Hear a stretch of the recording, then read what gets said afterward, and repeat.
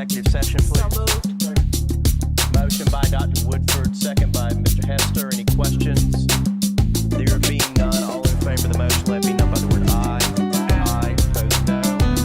There is none. That motion passes unanimously.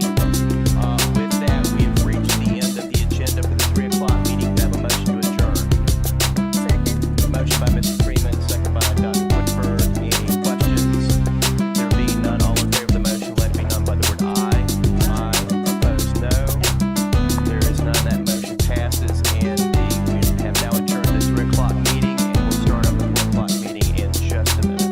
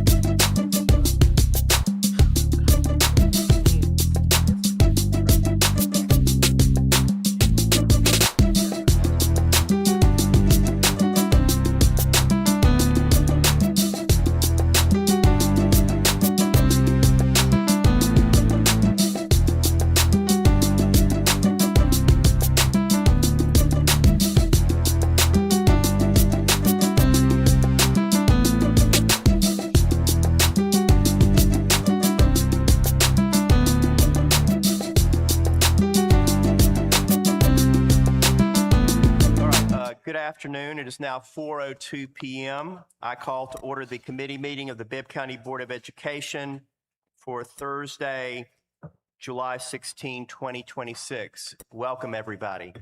The first item on the agenda is the approval of the agenda. Do I have a motion to that effect? So moved. Second. Unreadiness, Mr. President. What'd you say, Dr. Ficklen? Unreadiness. I would like to move that we add to the agenda FSS 25 or 26, and which would ask that the teacher step increase be placed back into the budget, being that the projections for our income at current millage rate is going to be somewhere in the neighborhood of $9 million more than we currently get. And I think that that will be enough to take care of a step increase for teachers. And I so move that that be placed back on the agenda. Second. Okay, we have a motion by Dr. Fickling, a second by Ms. Johnson. Is there any discussion or questions? Can I ask Council a question? I think there have been some discussion of the best way to handle some motions that would be made. Is there a recommendation you may have on that? There's not a legal name behind it.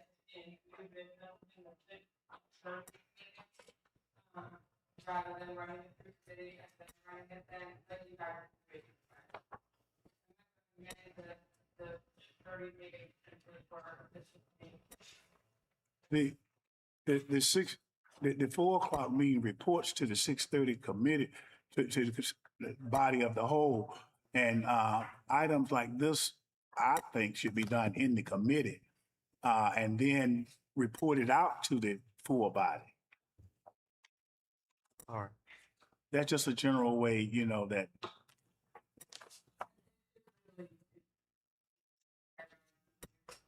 Okay. Mr. Hester. Well, I certainly support the extra money for the teachers, but that money we found helped our deficit that we had. So if we could find that money that we need somewhere else, I would support that. And I don't know that I can support using that money to do that. We've already voted it down one time. the step increase, it was like, what, $1.8 million? Yes. $1.5 million, and this is just a fraction of the money that we're gonna get.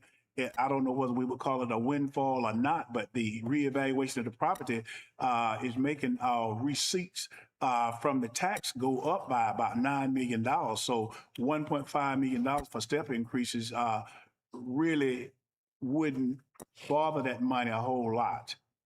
Well, we're still in a deficit. Well, we've been in a deficit Right. the whole time I've been down here. I would like to see us look and see if we can find that money somewhere else, if possible. But I mean, I would support, I certainly think the teachers need it. Especially our teachers who have been with us so long. I've been there and done that, and you have too.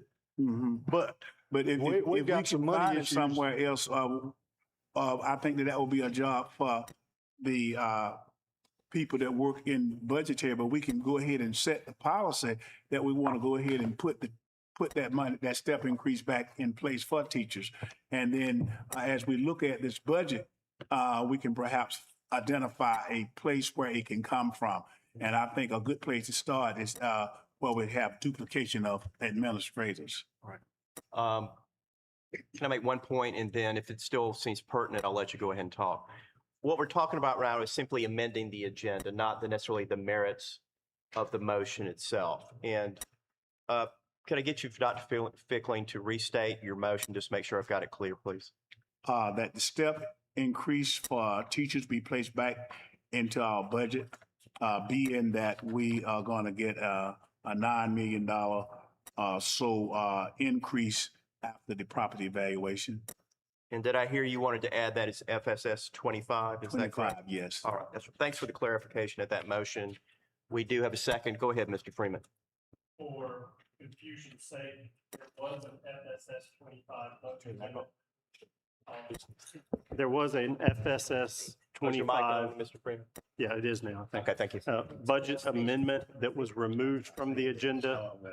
So this would be the new FSS 25, is that what we were saying? That's my understanding, yes. Okay, I just want to Because be clear. FS 25 has been taken off. Right, I just want to make sure that that was the appropriate method. Yes. That's not too confusing. I wouldn't, I just want to be sure. This was Mr. President, according to the notes on the agenda, the 1 star means added to the agenda, and the 2 star means removed from the agenda. that's a good, excellent point there. I understood this had been removed from the agenda. The instructions you're looking at, Ms. Johnson, if On the green I'm sheet? clear, on the first page of the green sheet, it has 1 star means added and 2 stars means removed. And if you look at page 3 where FSS 25 is, it says 1 star means removed. So we have a different set of instructions for different pages, is the way I'm looking And at it. it's just a typography. The It type of, is. because on the next sheet, it said, 1 star mean added. Again, I think there's different instructions on different pages, but am I clear, Dr. Sims, that FSS 25, the general budget fund amendment number 4 was removed from the agenda? Is that correct? Yes, it was. And Okay. And we'll that's go to what it Walmart and shows buy some more stars. on We my should screen as well. have used 2 stars on that third page. We apologize and just stayed with the same indicators at the bottom. So our apologies for the confusion. So and according to my screen, which is the assembly, we've got FSS 24, but no FSS 25. So it does show up removed in the agenda that was published to the public, even if our green sheet's a little confusing. All right, so any further discussion on the motion? There being none, all in favor of the motion to amend the agenda per Dr. Fickling's motion, aye. Aye. Any noes? No. I also vote no as well. So that motion passes 6-2 and will be added. Oh, excuse me, we have amended the agenda at this point. Now, board members, I would ask for a motion to approve the agenda as amended, which includes a new FSS 25. Do I have a Moved. motion by Dr. Woodford? Second. Second by Mr. Freeman. Any discussion? There being none, all in favor of the motion, let it be known by the word aye. Aye. Opposed? Aye. Wait on that. Any noes? That passes unanimously. Thank you, board members. First up, we have Instructional Services Committee, and Ms. Johnson will be handling that committee today. Thank you, Mr. President. We have IS1 as an action. Mr. Jared Moore. Good afternoon, Board. Just a minute, Mr. Moore. Dr. Ficken have a question. Thank you, Ms. Johnson. Originally, this came to us last month, and I asked that we get a presentation, understand what this was about. And of course, there was some consternation at that particular request. But we did postpone it until such time as we got a presentation. And of course, the agenda that we originally received had a presentation on it. And today we have no presentation. And I think that all of this material that we were sent, just a voluminous amount of material that we were sent for the Gear Up program dealt with year one, even though we are going into year three. I really don't think that what we asked for initially has been presented to us. We asked for a presentation, and of course, we got all of this material here to read. And for year one, then we got an addendum about some things on year two. All of this is online. I've read it online before we got all this. But we asked simply for a presentation on what the evaluators have said about the Gear Up program. And I don't think that's asking too much. And we have not gotten it. And I would like to move that we postpone voting on IS1 until we receive such a presentation that we asked for.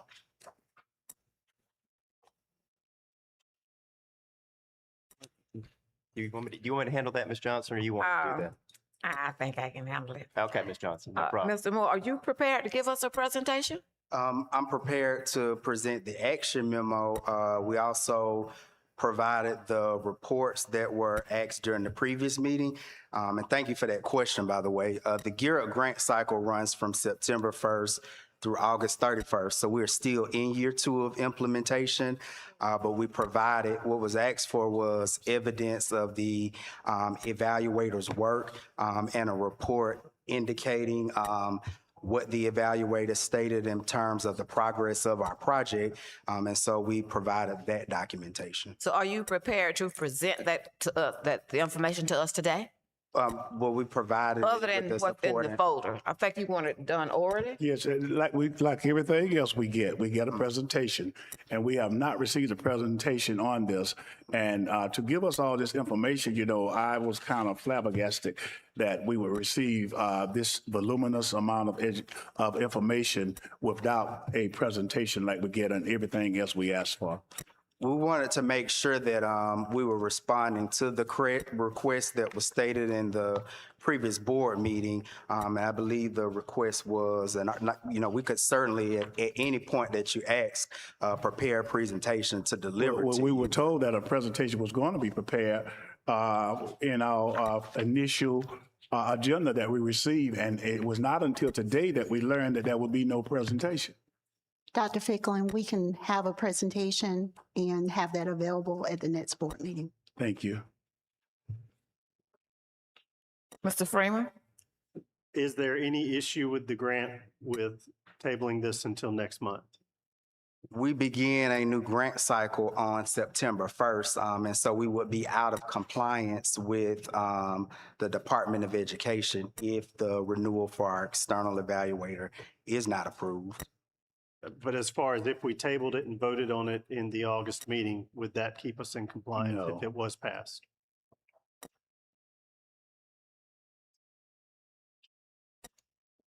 Under the circumstances, we should be fine with presenting the presentation and then having the documentation that the board did approve the evaluator.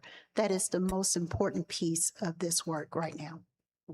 If that's the case, then I'm not opposed to tabling it to give the district a chance to present the presentation. I'll second your motion to table. I'm assuming that's what you're doing. Thank you. Yes, sir. And just for clarity, you're asking for a presentation of the work that the evaluator has provided in the documentation that you received. Yeah, that was the initial request, is that what has the evaluator told us about the Gear Up program? Yes, sir. I want to make sure I take responsibility for this. I know we provided a copy of the actual evaluation for everyone to read. And in terms of sufficiency, that was the effort. So I actually asked for that to be sufficient. I thought that would be.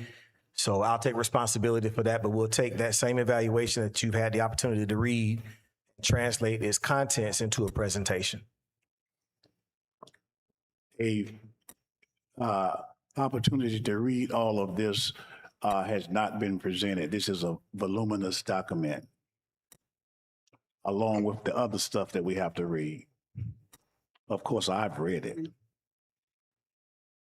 All right, it's been motion and second that we will table IS1 until the August meeting. All those in favor, please say aye. Aye. Aye. Oppose? No. Okay, the ayes have it, so we will table IS1 until the August meeting, when you will present the presentation. Thank you. The next item is IS3, renewal of the image learning ingenuity. That's an action item. Ms. Butler? Good afternoon, President Morton, board members, and Superintendent Dr. Sims. Imagine Learning's virtual platform, Edgenuity, is designed to meet the needs of the evolving classroom. Imagine Learning is implemented in person and virtually within our high schools and the VIP Academy. The platform provides a robust selection of core, elective, and honors courses to assist students in getting back on track for graduation and for initial credit to meet unique student needs. It is recommended that the Bibb County Board of Education authorize and approve the renewal of the Imagine Learning Edgenuity contract for the 26-27 school year in an amount not to exceed $537,855 from general funds. So moved. Second. It's been motion and second that we approve of this presentation of the renewal of the image learning ingenuity. All those in favor, please say aye. Excuse me. I'm sorry, Madam Chair, is that a discussion? Yes, I do have a question. Yes. All right. Mr. Butler, this is both high schools and VIP Academy? Yes, sir. Do you have a sense of how much of the $537,000 is for VIP Academy as opposed to other high schools? Yes. Of the amount, the traditional high schools, including SOAR and Elam, are $183,355. And the cost for the VIP Academy services is $319,500. So how is it that I'm glad about this, but how is it that we've reduced our reliance on Edgenuity by over $1 million, close to $1.1 million over the space of 5 years? Back when VIP and SOAR Performance Learning Center were all kind of one unit, those were the over $1 million numbers. Since they have split, we have come down. VIP Academy has primarily been responsible for the decrease. We've been able to use VIP Academy teachers to create their own courses. So we are doing more live virtual instruction using our teachers, and that requires less use of the Edgenuity live teachers. Yeah, that's why I thought I noticed that due to the efforts of the VIP faculty, they have reduced reliance on Edgenuity, created their own curriculum, and saved the system a lot of money. Is that a fair statement? That would be a fair statement, yes. Thank you. Are there any other questions? Dr. Fick, Ms. Hanley? Related to Mr. Morton's question, I know there was discussion of another platform to be used or to be piloted. Where are we, or is that still in discussion? We did have a pilot of a competing platform, and there was an evaluation committee through procurement, and we ended up with a final estimate cost, and Imagine Learning did come in a little bit lower than the competitor. Thank you. Dr. Ficklen? Yes, how many teachers are there at the VIP Academy? I know providing virtual learning, there are 7 in the upcoming year with 3 PEC teachers because I was just working with Ms. Moody on that schedule. I do not know if there are any additional teachers that are not providing live instruction. And does this 7 include para-pros as well? There is, from my understanding, 1 parapro there was last year, and I was not informed by the principal that that had been removed. So it's 7 teachers and 1 para. Well, there are also 3 PEC teachers there. 3 what? Program for Exceptional Children teachers. Oh, PEC teachers. Yes, sir. Okay. Okay, I didn't hear you say that. Okay. Okay. Thank you. Any other questions? I have one. The staff at the VIP Academy, is that state funded or is it state and local funded or is it just local funded? I would have to defer to HR and finance on the exact funding, but I don't Yeah, have that. I would like to know. All right, we'll make a note of it. Can you Yes, get it for me soon? Yes, ma'am. Oh, here he comes. He's gonna tell us. Okay. So VIP is funded just like our ordinary schools are. We receive QBE dollars for each student that participates, just like they would other programs. And I got an estimate here that we receive approximately $1.4 million in state funding. Total expenditures are about 2.8 million, leaving local expenditures costing the district about $1.4 million. So local is paying 1.4? Yes. Okay. Thank you. Thank you. Any other questions? All right, you've heard the motion and second. All those in favor, please say aye. Aye. Opposers, please say no. All the ayes have it. The motion passes. Thank you, Mr. Butler. Next, we have, and this will be sent to the consent agenda also. Next, we have IS4, Kelly Services, contract extension. Dr. Smith? Good evening, Board President Morton, board members, and Superintendent Dr. Sims. The Human Resources Department is recommending that the Bibb County Board of Education approve the extension of the contract with Kelly Education Services for the 2026-2027 school year. This will extend the initial contract by 1 year. The Human Resources Department is recommending that the Bibb County Board of Education approve the renewal of the contract with Kelly Services for the 2026-2027 school year at a cost not to exceed $4.5 million. Funding will come from a combination of FY 27's general and federal funds. You've heard the recommendation. Is there a motion? So moved. Second. A motion and second that we receive this report. Is there a discussion? Yes. Dr. Ficklen? Thank you, Dr. Smith. Can you tell us how much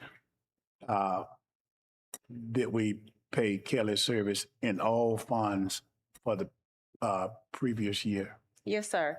For FY 27, it was around 4.2 million. That's why 2026. 26 for It was- this past school year. It was around what? 4.2 million. Now, and this year, we're going to be adding in parapros. So we have parapros, teachers, and custodians. On the parapros are going to be paid by, are going to all come out of the Kelly contract. Are you talking about paras being moved to Kelly? We're not at that point yet. This is just for substituting. And Substituting for teachers, paras, and custodians. I understand that. So I was asking, and I thought that in the budget, they moved parapros to where? That was about,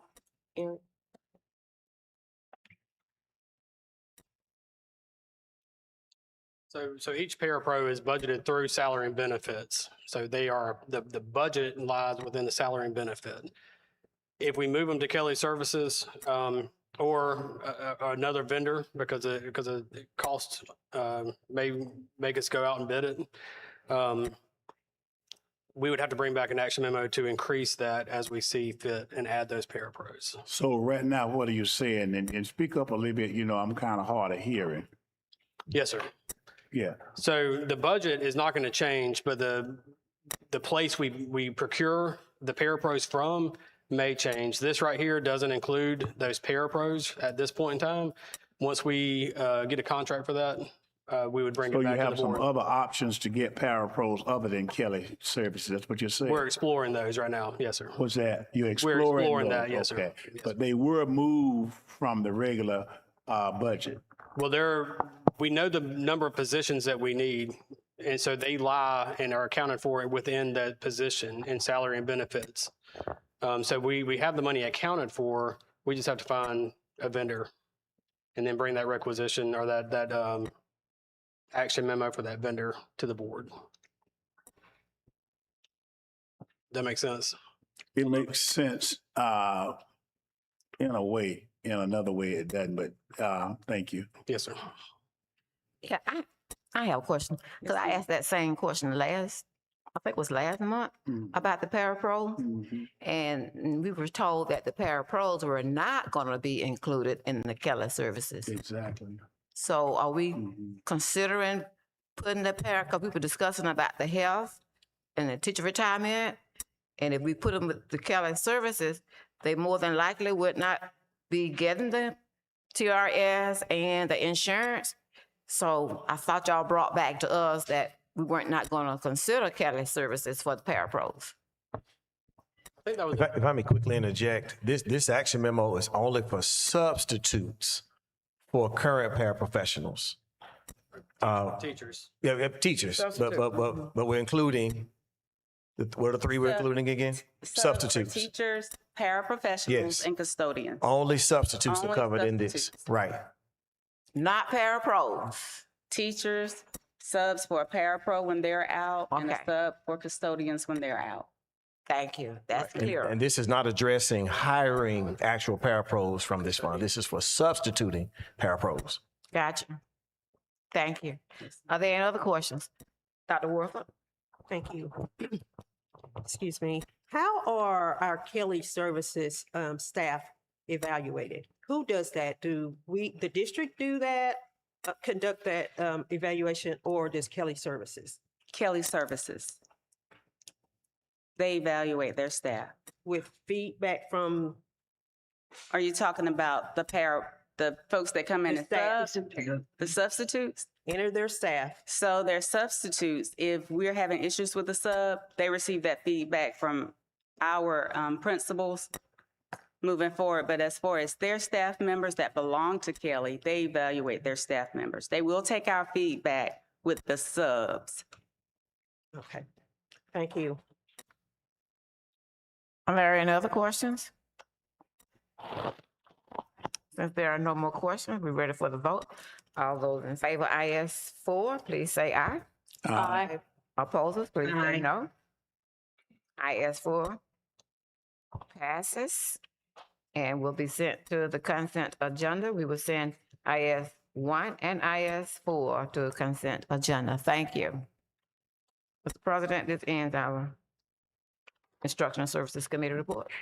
Thank you very much, Ms. Johnson. What did I say? You said one. I'm sorry, not IS 1, IS 3, and IS 4 will be sent to the consent That agenda. understood. Yes. All right. Thank you. This completes our report. Appreciate you, Ms. Johnson. Thank you. All right. Next, we have Fiscal Support Services Committee. Ms. Hanlon is the chair and will be with us for some time. Yay. Thank you, Mr. President. We have a number, at least 25 items on the agenda today, and we will start with number FSS1, our monthly financial statement review with Mr. Eric Bush. Thank you, and good afternoon, President Morton, board members, Superintendent Dr. Sims. Today, we'll review the financial results through the period of May 31st, 2026. We'll start by reviewing our general fund balance sheet. where we are showing total assets of $78.8 million, total liabilities of $31.5 million, and a total fund balance of $47.3 million.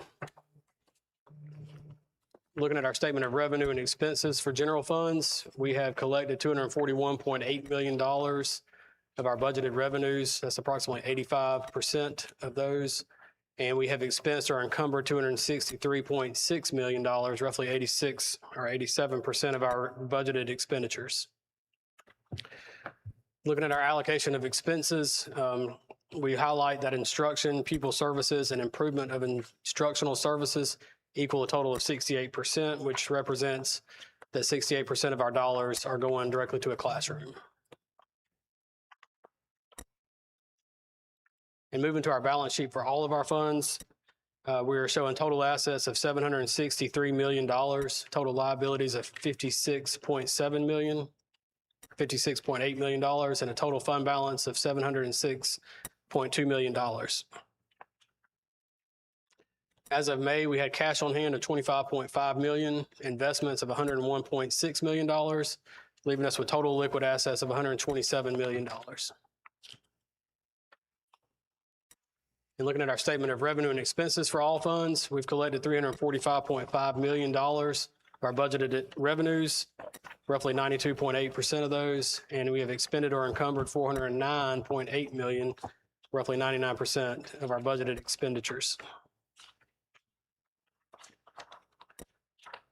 And concluding on our eSPLOS campaign, our 2021 eSPLOS campaign shows cumulative receipts and interest income of $215 million, total committed expenditures of $190 million, leaving us with cash and investment balances of $54.2 million. And our 2026 eSPLOS campaign has collected $3.7 million in the month of May, and the cash balance is $3.7 million. And that concludes my presentation. Thank you for your presentation. Are there any questions?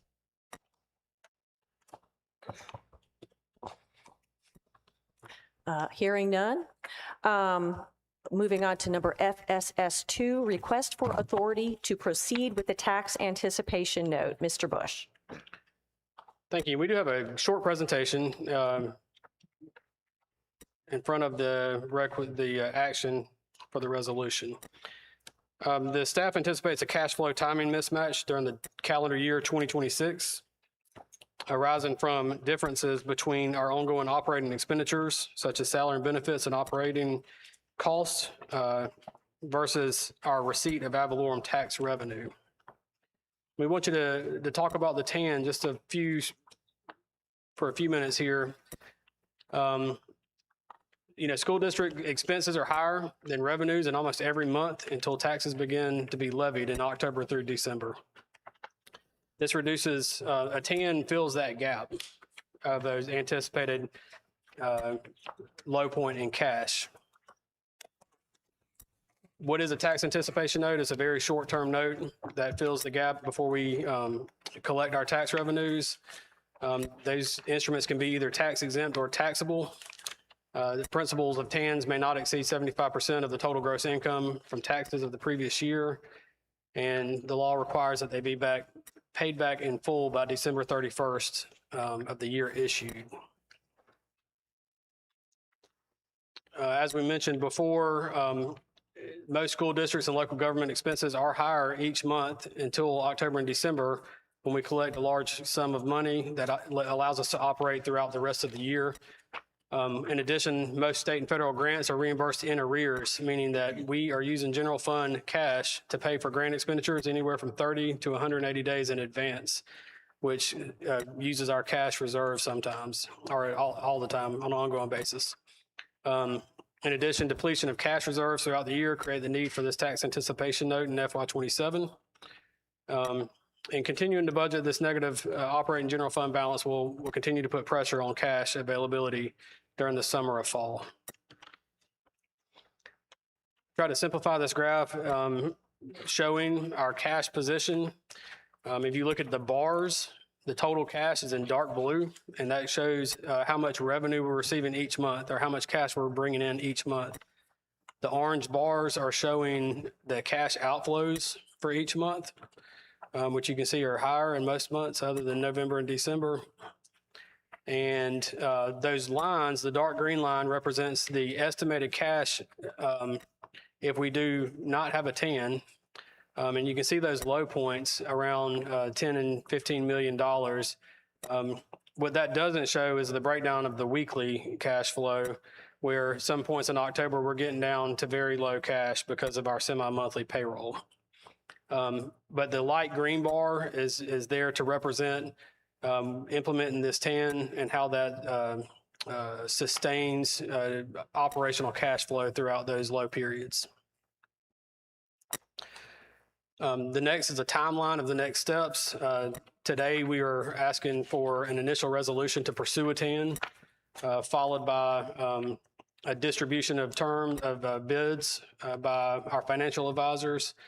They'll collect those bids and responses, and then we would bring back for final adoption on 8/20/2026.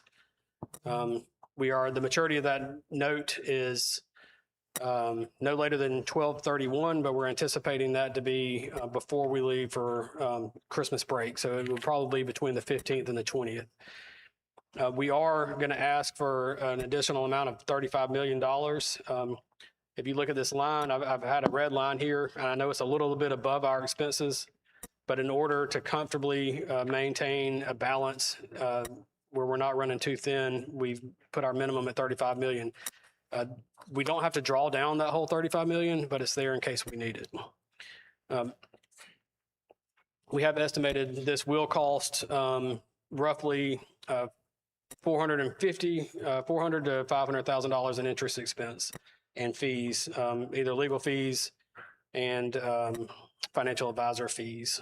Most of that being interest, and that is kind of a high interest. That's a high estimate based on if we draw every penny of it.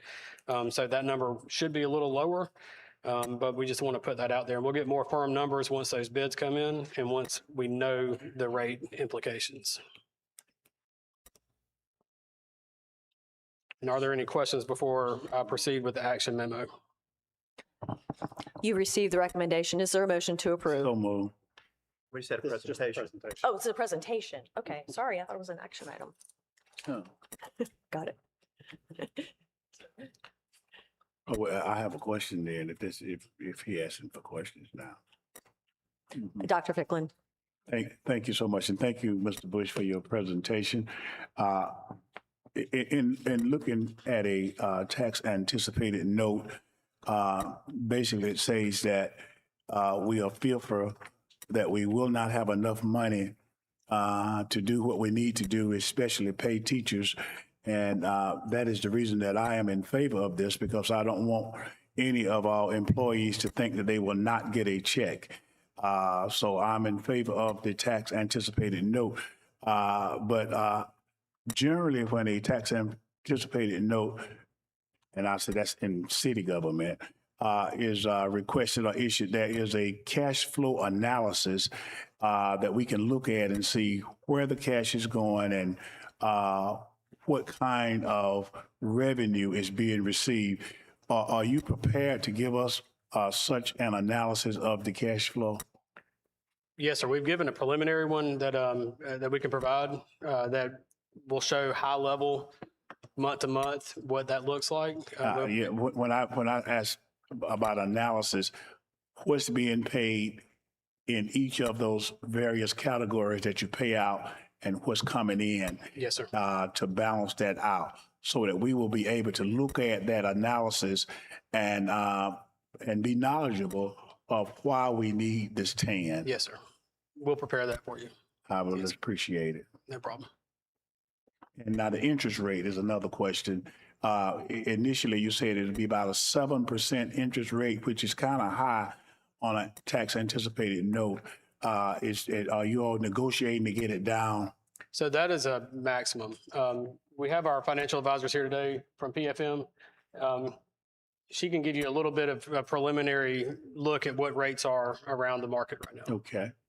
Hi, good evening. My name is Elise Lomel with PFM. Nice to see you all.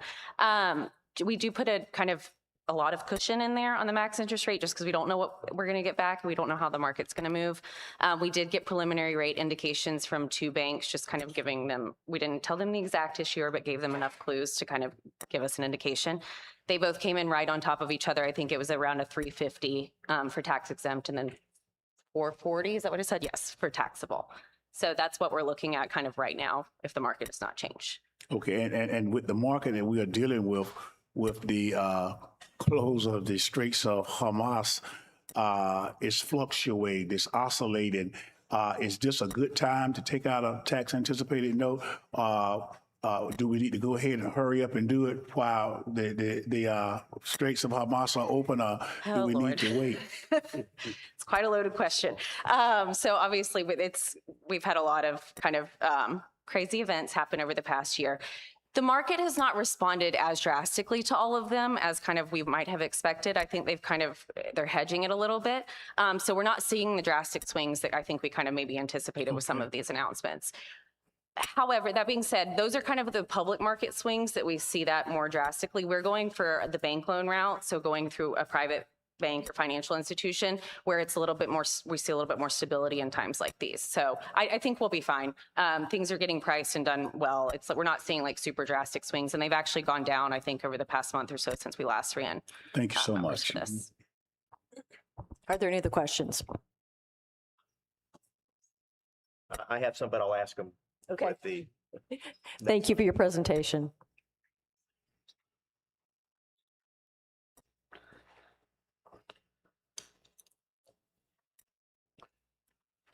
And at this time, we'll ask for the recommendation for the tax anticipation note. So moved. Okay. You want me to read it, or y'all want to? Y'all know what it is. So at this time, it's recommended that the Bibb County Board of Education adopts a preliminary resolution in the form attached, granting the district authority to proceed with a tax anticipation note in the maximum principal amount of $35 million and a maximum interest rate not to exceed 7%, including, without limitations, the authority to solicit competitive proposals from financial institutions for the placement and purchase of the TAN, with the final terms of the TAN being presented to be approved by the board on August 20th, 2026, in the form of a supplemental or final TAN resolution. It has been moved and seconded. Is there any discussion? Mr. Morton. Okay. So this is a loan, right? Yes, sir. For all the fancy name, it's a loan. What are we expecting out of the money that we'll have to pay in fees, whether interest, whatever? That's the $400,000 to $500,000 that you mentioned? Yes, sir. Why 35 million? Our normal operating monthly expenditures run around 30 million, 28 to 30 million. One of our highest points of expenses, as you'll see, as you approve all the actions coming before you this afternoon, equals about $25 million.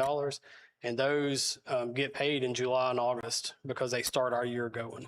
So that depletes cash. So that 35 million there is anticipated to fill that gap between September and October, late October and November, when we start to get those tax collections in.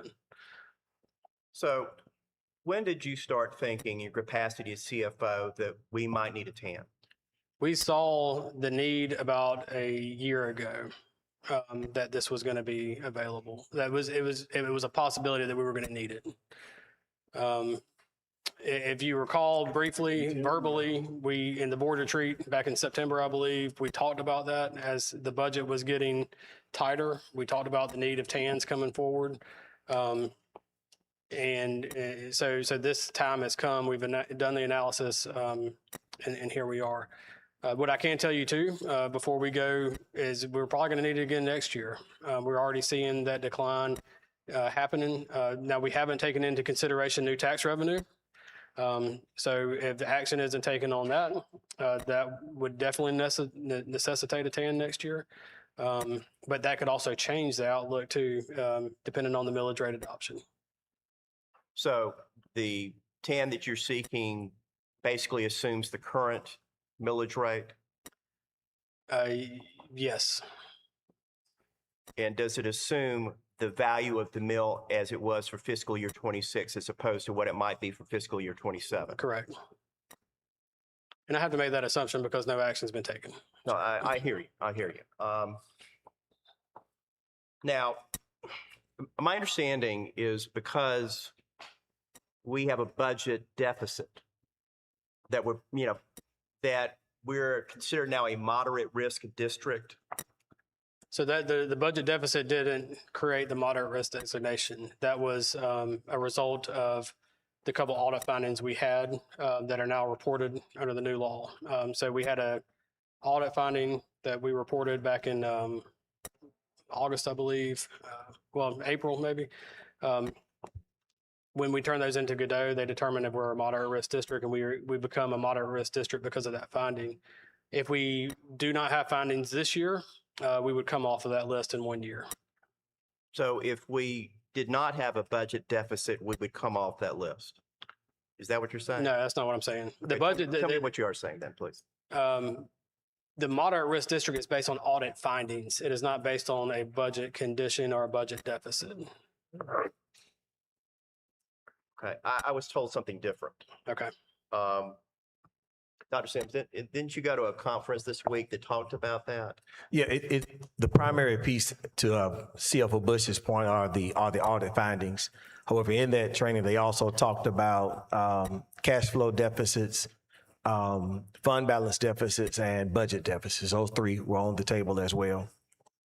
And part of the reason I bring that up is this new law, as I read it, imposes additional obligations, not only in the system, but also the board itself in terms of financial accountability. Correct. And making sure that we're up to speed. And I've had some conversations with both Dr. Sims and Ms. Culbis about providing the board with some training to what that law imposes on us, because we want to comply with the law and do what we're supposed to do. Absolutely.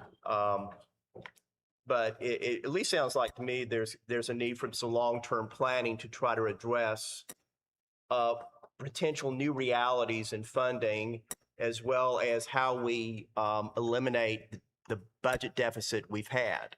Correct. Do you think that's something that's beneficial? Do you think that's something you'll be doing? Oh, absolutely, yeah. Okay. All right. That's all I have. Thank you. Are there any other questions? I did have one, and I just wanted to echo Dr. Ficklin, and I had mentioned this previously, that I would also very much like to see a standard cash flow budget, revenue in, expenditures out, and the movement from month to month, which is bringing us to that $35 million number. Okay. And I guess, If I may, we actually have we're printing out. We can give that actually right now if y'all want to take a look at it. It's up to you, but we can definitely provide that. To give you an example, what we're providing is we're providing the documents that our financial advisors need to solicit the TAN.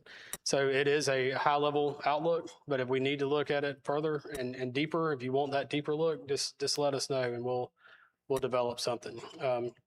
I don't think we need to look at it right now. We have more than 600 pages before us. Mr. Freeman. Thank you for the presentation, Mr. Bush, and for clarifying some of the questions we've had about this. One of the obvious questions, I think, to me is we've just approved a budget. Every time we do that, we talk about the fund balance. We've had to cut into the fund balance almost every year I've been on the board. So we've run somewhat of a deficit, but there's always been a large enough fund balance. And it wasn't an immediate concern. This is the first year that's become a concern with cash flow. What is your recommendation that our fund balance needs to be that we avoid having to do a TAN in the future? Let me get you some numbers on that because it's a moving target. As health insurance, TRS, and salaries go up, that number moves. So we look at expenditure to fund balance ratios a lot, and I really do think that the state nails it when they went up from a 15% minimum or maximum this year to 25%. Because they understand that districts are going to have a harder time operating at that maximum of 15%. We need more. That's only like 60 days of operating cash that the state allows you to have. So they bumped that up to 25%. But let me analyze that because our fund balance at June 30th, and that's what's on the budget every year, is different than what our cash need is in September because we're using that $50 million down. And when we're That's fine, spending just- $25 million a month, it doesn't last very long. So I'll get you some numbers on that and see what we can do. And you mentioned three of the key things that affected our budget and fund balance this year that we couldn't really control, which was the expenses the state is requiring us for salary increases, for healthcare costs, and for retirement costs. Is that right? Correct. Yeah. All right. Thank you, sir. Mr. Morton? Does our fiscal year 27 budget include covering the cost of obtaining this loan? It does not. So how do we account for that? I'll bring a budget amendment forward in August to account for it. Okay. Or either in September after this is approved. It's going to. Thank you. Dr. Woodford? Mr. Bush, remind me when you said our last 10 was? I did some research. I think it was FY 2010. 2010? Yeah. And dollar amount was here. Thank you. And it was I following did the have a housing question crisis, too. regarding the timing. Does it have to happen like today? Yes. Okay. We needed a final adoption at the August board meeting in order to be funded by September. Thank you. Are there any other questions or discussion? Hearing none, all those in favor state by saying aye. Aye. Aye. All opposed, no. The motion carries unanimously and will be sent to the consent agenda. Thank you, Mr. Bush. The next item is number FSS3, district contract for copiers. Dr. Elaine Wilson. Good afternoon, President Morton, board members, Superintendent Dr. Sims. The procurement department is seeking board approval to award a multifunctional copier contract to Superior Document Solutions. This will be a one-year contract with the option of 3 renewals. The recommendation, it is recommended that the Bibb County Board of Education authorize the superintendent to issue a purchase order for $267,415.80 to Superior Document Solutions for FY27 contractual agreement of multifunction device leases. The funding source will be general funds. You've heard the recommendation. Is there a motion to approve? So move. Is there a second? Moved by Dr. Ficklin, seconded by Ms. Johnson. Is there any discussion? Hearing none, all those in favor state by saying aye. Aye. All opposed, no. Aye. The motion carries unanimously. The next item, number FSS4, school nutrition food contract.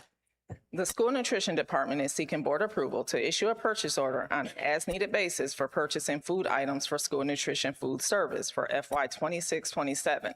This will be the second year under RFP 25-038, if approved. The recommendation, it is recommended that the Bibb County Board of Education approve the award of Gordon Food Services for school nutrition food items on an as-needed basis in the amount not to exceed $7,150,000 for FY 2027. These funds will come from the school nutrition budget. You've heard the recommendation. Is there a motion to approve? So moved. Second. Moved by Ms. Johnson, second by Dr. Ficklin. Is there any discussion? Yes. Yes, Dr. Ficklin. Last year, I recall, and my recollection may not be as sharp as it once was, but in the documentation, there was something about we were tag teaming with some other counties to get certain kind of food substance. Is that this particular? So that's the commodity one that they will bring back next month. They tag team piggyback off of another contract, but they have to take it to their board first before I can bring it to this And board. we're still going to do that again this year. We have a new school nutrition department head, and that's in conversation to determine if that's something she wants to do. And what kind of items were those that Gordon Food Services can't provide for us that we got to go somewhere else to get them? That I would have to lean on the school nutrition department. I just know they're commodity items, but what commodity consists of is various type of food items, and I'm not sure exactly which items those are. But we can get that. So Gordon Foods is just going to provide us with what? Oh, I'm sorry. Gordon Foods is going to provide us for all of the food items that they utilize throughout the year, which can consist of their chicken, their vegetables, their various, all of the food items, but the commodities are various. There's a specific amount of commodities that When you say commodities, what are you referencing? I'm referencing it.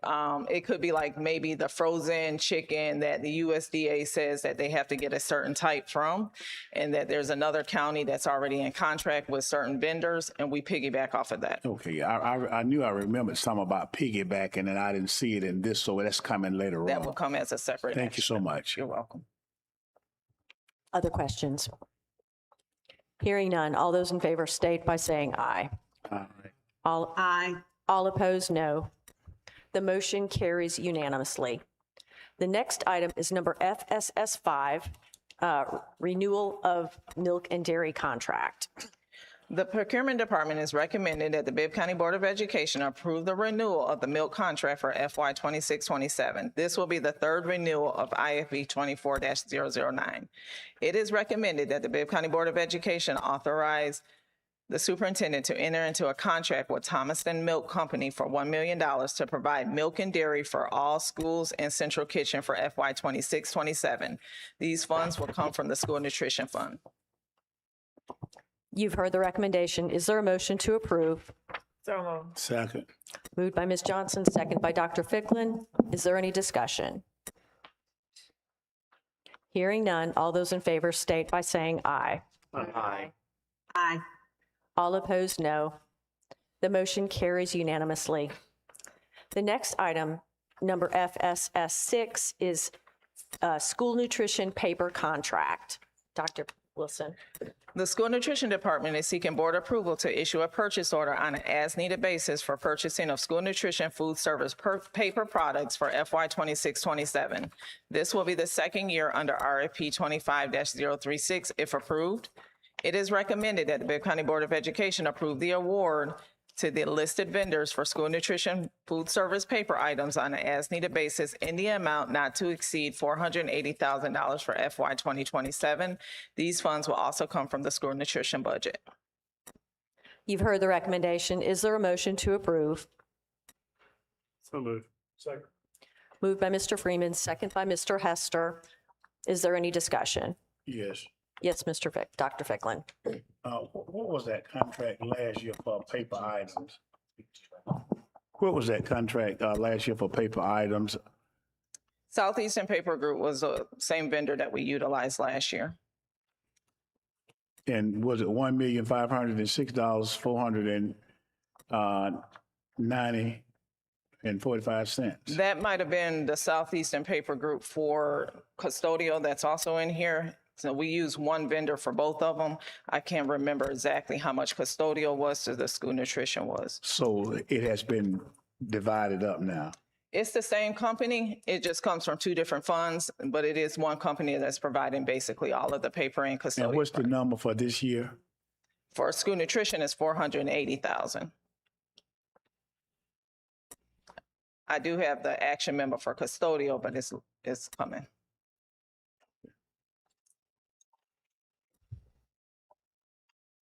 Are there any other questions? Hearing none. All those in favor state by saying aye. Aye. Aye. All opposed, no. The motion carries unanimously. The next item, number FSS 8, is the school nutrition produce contract. The procurement department is recommended that the Bibb County Board of Education approve the FY 2027 school nutrition procurement plan and procedures. It is recommended that the Bibb County Board of Education approve the FY 2027 school nutrition procurement plan and procedures as presented. Ms. Handley, Yes. I think we're talking about FSS 7. 7. 7, oh, sorry.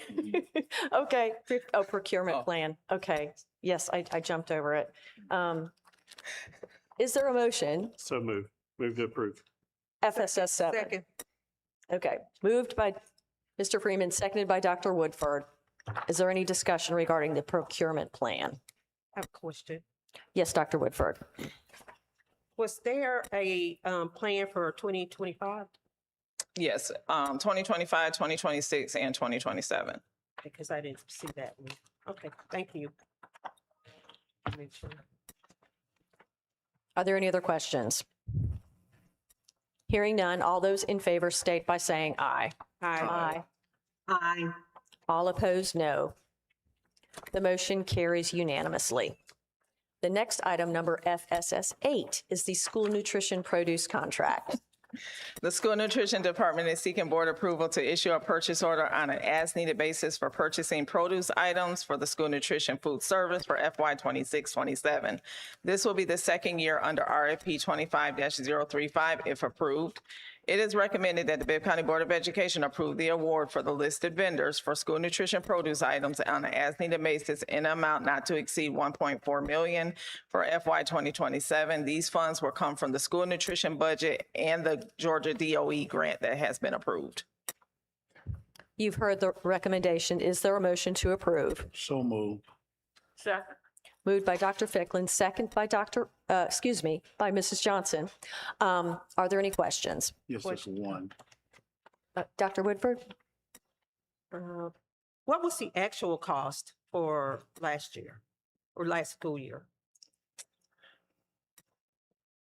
I don't have that in front of me. You mean for the entire produce? Yeah, I don't have that in front of me, but I can pull it for you. Because I was just wondering if this is up or down. But Oh, the amount that we're requesting, basically what the interim school nutrition director and I did was looked at our expenditures from last year and calculated in what that grant was, and that's where that amount came from. The amount that we asked for last year, I cannot exactly remember, but I do think it was in the same ballpark It was figure of 1.4 million. 1.4. Thank you. Yes, Dr. Ficklin. Yeah, last year was $1.4 million, which was an 8% increase over the previous year. And so my question, and I appreciate the question that Dr. Woodford asked, is that there's no projection of an increase for this year over what we did last year?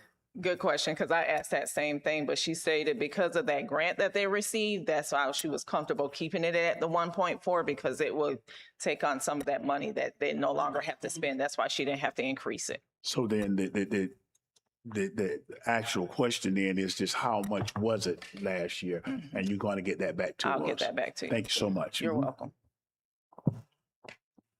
Are there other questions? Hearing none, all those in favor state by saying aye. Aye. All opposed, no. The motion carries unanimously. The next item, number FSS 9, is the Smart Mouth Pizza requisition approval. The School Nutrition Department is seeking approval for a blanket purchase order for $950,000 in school nutrition funds for Smart Mouth Pizza for FY 26-27. Smart Mouth Pizza is the sole vendor offering all-inclusive package that provides the equipment, the training, and the product to the district while providing a product that meets all the new USDA National School Lunch Program nutritional requirements. It is the only branded pizza program using freshly made personal pan pizza styles. It is recommended that the Bibb County Board of Education authorize the superintendent to issue a purchase order to Smart Mouth Pizza not to exceed $950,000 for FY 2026-2027. These funds will come from the school nutrition budget. You've heard the recommendation. Is there a motion to approve? Second. Moved by Mr. Hester, second by Dr. Ficklin. Are there any questions? yes. Yes, Dr. Woodford. Were there any maintenance costs associated with this last year? I will have to get with school nutrition to determine that if they had to call on them. Thank you. Other questions? Hearing none, all those in favor state by saying aye. Aye. Aye. All opposed, no. The motion carries unanimously and will be sent to the consent agenda. The next item is number FSS 10, Nutrition Temporary Staffing Services Renewal. The School Nutrition Department is seeking board approval to issue a purchase order on an as-needed basis for temporary staffing for FY 2027. This will be the fourth year of the four-year agreement under IFB 23-056 if approved. It is recommended that the Bibb County Board of Education approve the award to the listed vendors for school nutrition temporary staffing on an as-needed basis not to exceed $490,000 for FY 2027. These funds will again come from the school nutrition budget. You've heard the recommendation. Is there a motion to approve? So moved. Moved by Dr. Ficklin, seconded by Mrs. Johnson. I receive it. I keep turning you into a doctor. Are there any questions? Yes. Yes, Dr. Ficklin. It has gone up about $65,000 from last year. And what was the cost of getting, and these are additional people to come in and work in the lunchroom? Correct. And then there's a rate increase of about 7%. I did verify with school nutrition on what their percentage was that they're charging, but it's based off of the need of how many individuals they're utilizing from the temporary staffing. And does Kelly Services provide any of the nutritional workers? No, these ones come from Open Works and qualified staffing. Thank you. You're welcome. Other questions? Question. Yes, Dr. Woodford. Gotta find it. Never mind. Hearing none. Oh, yes, Mr. Morton. With these types of employees, do they undergo background checks? Oh, yeah, they have to definitely do background checks through the HR portion as well as qualified staffing. So they have to follow the bid requirements that I put out there as far as our terms and conditions, but all employees within the district have to have a background check. Do we do it ourselves or do we rely on the person providing these individuals? No, I do believe they go through HR now. They have to be background checked through our HR I personnel. see a head shaking yes back there, so I'm going to hold you to it, okay? All right, thank you. Yes, Dr. Woodford.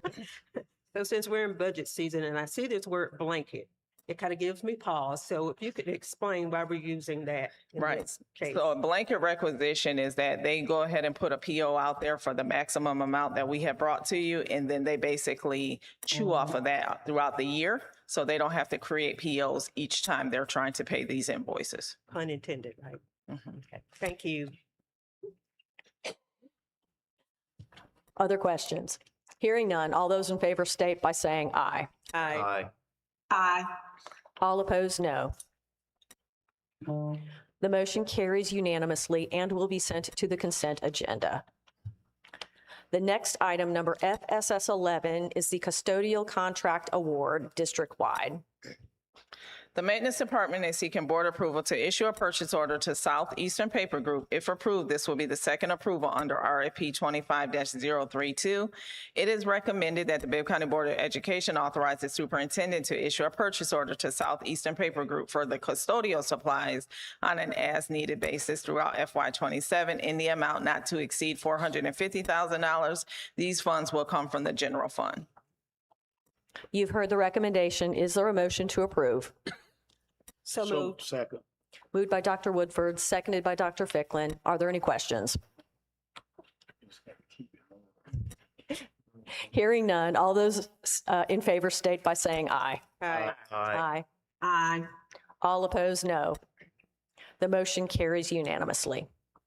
The next item, number FSS 12, is the contract for garbage collection services.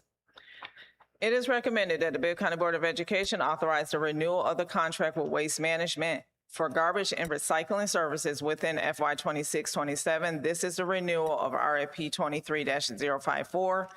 It is recommended that the Bibb County Board of Education authorize the superintendent to process a contract with a purchase order to Waste Management Services for $370,000 for the garbage and recycling services for FY 26-27. You've heard the recommendation. Is there a motion to approve? So moved. Second. Moved by Dr. Ficklin, seconded by Mrs. Johnson. Are there any questions? Yes. Yes, Dr. Ficklin. I would just like to request that when these presentations are made to us, especially at this time of the year, is that they come prepared with the figure of what it cost the previous year. So we won't have to ask that question so much. And because all of these costs are etching up, and the kind of budgetary position we are in, if we can stop them from etching up by knowing what it was last year, we can kind of keep it down some. And I'm not opposed to this, but I'm just talking about how we asked a question and nobody ever has the answer. They said, we'll get back to you with it. And that's just my suggestion. Dr. Woodford? Was this a think you did say this was a multi-year contract. Right. How many years in this? It's always 3 years with the option of renewal. So I do believe this is the renewal of the second year. But last year's expense, I do try to go back and try to give you that figure. It was around $320,765. And we're asking for 370, that's $50,000 more, that's what I'm saying. And, you know, 50,000 more dollars, that's cutting into our fund balance. And, you know, and it's probably good, you know, that we need it, but, and if they know we gonna give them 50,000 more dollars, they gonna charge it.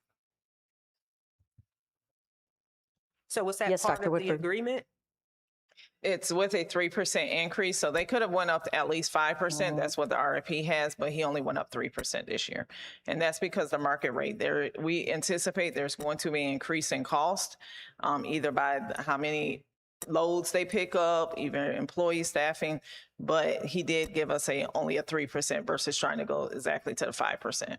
I try to negotiate as much as possible. That's great.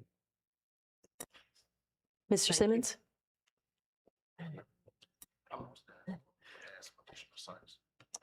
And he said we added some additional sites. Some Thank sites you. were added, okay. Butler and But Thompson. that helps to explain it. It does. Are there any other questions? Hearing none, all those in favor state by saying aye. Aye. Aye. All opposed, no. The motion carries unanimously and will be sent to the consent agenda. The next item, number FSS 13, is athletics, materials, and uniforms contract approval. The athletics department is requesting board approval to enter into agreements with 2 vendors for athletic uniforms, equipment, supplies, and equipment reconditioning services for FY 26-27. This is the first renewal of RFP 26-007. It is recommended that the Bibb County Board of Education approve the athletics department to enter into contractual agreements with BSN Sports and Rydell Sports for FY 2027 expenditures. These funds will come from the School Athletics as well as the District General Fund athletic budget. You've heard the recommendation. Is there a motion to approve? So moved. Second. Moved by Ms. Johnson, seconded by Dr. Fickling. Are there any questions? Yes. Is there any way we can get a breakdown of what was spent for each school when we look at the BSN contract and the Rydell Sports contract? Because, you know, we had a situation last year where I was asking some questions about that $150,000 and then they went over what have you. As long as we're not going back covering costs from 3 previous years, I'm fine. I just want to know, can we get a breakdown? Yes, we can give you a PO expenditure report showing exactly what POs, how much they were. I did do the research. BSN Sports, we did spend $332,132.37. Rydell was about $65,000 last year. But I can give you a breakdown of what that consists of. Thank you so much. Yes, Dr. Woodford. Please remind me why we bundled these. Bundle the 2. Right. It's just like we did for the food, or it's basically the same items that we're doing. We're just into 2 different contracts with 2 different vendors, but it's for the same type of products. Because I know our threshold is like 150,000. Correct. And Ms. Rydell Sports is under that, so. Right, but it was under that same RFP, so I kept it together. Okay. Yes, Mr. Morton. Dr. Wilson, why is there not a cap on the expenditures on this action item? We have it on everything else. Why is there not one here? Good question. Because the school, and I'll let Mr. Grooms address it, but basically they get an athletic budget for per schools and depending on the sports and how much they raise. So it wouldn't be fair for me to say that we won't exceed $250,000 if we're going to spend $330-some thousand. It's going to be based off of how much they raise. Well, we knew last year we spent just under $400,000. Again, why not a cap? Let me just say, I'm not going to write a blank check to anybody. Okay? I got you. I think that's fiscally irresponsible as a board member. You want to come up with a cap on this that makes sense, I'm glad to vote for it, but not a blank check. Mr. Freeman. Along those lines, I noticed that part of the spot. part of your previous response and to follow up with what Mr. Morton said, this contract includes money from the general fund as well as money based on how much is raised by schools, that kind of thing. Is there a figure that we know will be spent from the general fund versus what might additionally be spent depending on money raised, that kind of thing? So, Mr. Freeman, that's different because the school base is the school revenue fund that they make off ticket receipts, sales, and things like that. Right. And it varies. Every school varies, so it's different per school, per middle school, per high school. So that's one that we don't really know that number. It's just all based on what that previous year and for that year is based on. Is it possible to determine how much of general fund money is spent on an annual basis under these contracts? Yes. I think that might satisfy Mr. Morton's concern because that's the blank check we're concerned about is the money we're having to pay, so to speak, out of the general fund versus if a school sells a bunch of tickets and raises more money and wants to buy more material for that, that's a different number. But And I can get you that number. having an idea about the general fund expenditure, I think would be prudent. Is that something that could be provided? Yes, sir. Okay. So, Yes, Mr. Morton. so are we saying that the roughly $400,000 that was spent was a mix of funds from the general funds and then from school-based money that have been raised? Yes, sir. That's why you don't have a cap. Well, but I mean, it's confusing and not deliberately so, a bit misleading in terms of what our job is. As a board, we get asked to approve where we're going to expend generally general fund money or other designated funds. And so if we get a breakdown, I really appreciate it. So I want folks to have their uniforms. Please don't take that the wrong way, but something a little more concrete would help me feel a lot better. So let me get clarity, Mr. Morton. So you want a breakdown of each school plus district funds from the district office? Well, let me Is ask that you what you another way, and I please understand, I didn't go to the building that had all the math people in it when I was in college, okay? I went to the liberal arts building. Are we saying that, so this money would be a mix of funds that have been raised at the school level plus general fund money? And by approving this, we are directing that those combination of funds be spent on these various sports items. Is that what I'm hearing here? Yes, sir. Yes, Mr. Freeman. This may help. I don't know if it will or not. I also did not go to that math school. That was my father, the CPA. The money that is spent out of general fund money, would that be money that is coming out of what is budgeted for athletics per school, that type of thing? Yes. So we're approving a contract for money to be spent at an open-ended amount, but no school is spending above what we've budgeted for athletics, so to speak, in the budget. Is that a fair assessment? Correct. Okay, so because the contract is over 150,000, we have to approve it. Yes. But we're not approving an additional expenditure above what we've previously budgeted for athletics per school. No, sir. Does that help, Mr. Morton? And the schools only have, we base every purchase off of the amount they have available. So like Elaine and Mr. Groom said, each athletic account has a different value. They receive different ticket sales, so they can only spend a certain amount that they have available. And they can't spend it all on this because they have other operations to pay for. But if their gate receipts don't meet what they need to spend, then we supplement that. Is that kind of the concept? No, that's not correct. So what is the general fund money spent on? Let me get some clarity on that. So with our general fund money is if we have schools that have needs, different needs, that cannot afford whatever items, we pitch in on whatever items that we need to pitch in on to make sure that they have those needs. So it just varies from needs, whatever the needs are. So my schools do a need assessment. And if they don't have the money in their balance, we try to make sure that we support those schools. In addition, the general fund money is paying for officiating. Right. It's paying for groundskeeping. It's paying for security. So all those are paying for different things. They're not paying for just that uniform. So is the expectation that, say, you have a certain school who has good gate receipts, maybe they have boosters who raise money, that money goes to pay for those expenses as opposed to the system paying for it out of the general fund, or is that not correct? The expenses of Well, officiating I mean, or so what if it, we're purchasing what? Uniforms and equipment and things like that yeah, the school take care of that. before they ask us for help. Correct.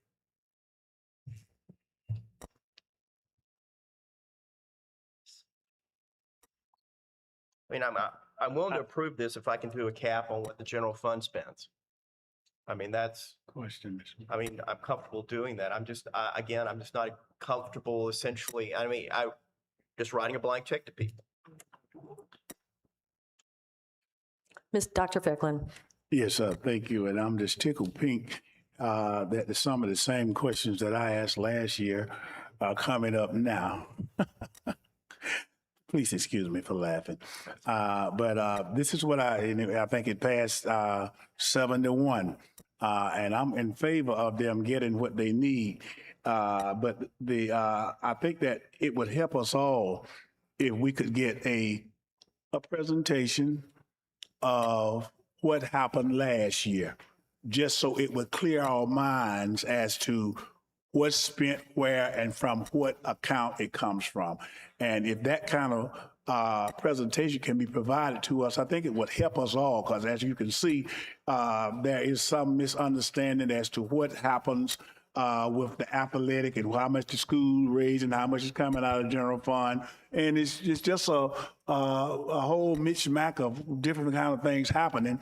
And since I have been here, and that's just 1 year and now 6 months, I have not had such a presentation, and I would like to see a presentation like that. And I'm just requesting that they provide a presentation of us on the athletic budget, how it is done for each school. And this will be in hindsight. If Appleton spent this much and how much came from here and how much came from there, and do that for each school so that we'll know. And we won't have all these questions. Dr. Flickin, we can do that for you. I would certainly appreciate it if the chairman would allow it. I'm just going to use as a MMA. But many moons ago, I played soccer at Central on their very first team, and they were required to provide us shin guards and soccer balls and nets. I think that's all they were required to provide. We then went out and had car washes so that we could actually have uniforms to wear, and so that we could get nicer shin guards than the cardboard they provided us. So I guess that's kind of what I'm trying to conceptualize is, does each school have an allotment, an amount that is spent on this contract from the general fund, like for the shin guards, and then there's an amount they can raise money for the additional things that would still be under this contract? I think that's kind of where the confusion is coming from, and some more clarity might help us on that. Okay. But such a presentation would clear up all of that. I agree. As a follow-up, does this contract have to be passed this month, or is that in any way going to affect our athletic program if it's tabled for a month? Yes, sir, because we do have fall sports that are starting as of the 27th. All right. If that's the case, I don't want to delay us getting uniforms, but I think you understand the concerns, so I will vote for this. We have a motion and second on the floor. For Are there any other questions? Can anybody tell me what our general fund expenses were last year? That's what the for these presentation. items? That's what I want to know. Can anybody tell me? No. Not right now. That's what the presentation would present to us.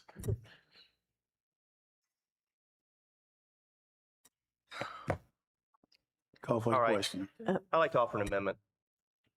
Since we don't have a presentation and since I can't get a delineation here, I'd like to amend this item to put a cap on expenditures under this item to $400,000 for fiscal year 2027. Is there a second? Yes. Would that be a $400,000 total cap, or are you asking for a cap on general fund expenditures? Well, I don't know what the general fund expenditures are. That's why I'm asking the problem. question. And we can go ahead and pass something now, and then we can have a presentation, and then we can amend this if we need to. I want to be able to meet the need for our teams, but still have some ability to look at this. Would such a cap interfere with our ability to get our sports programs for the fall taken care of?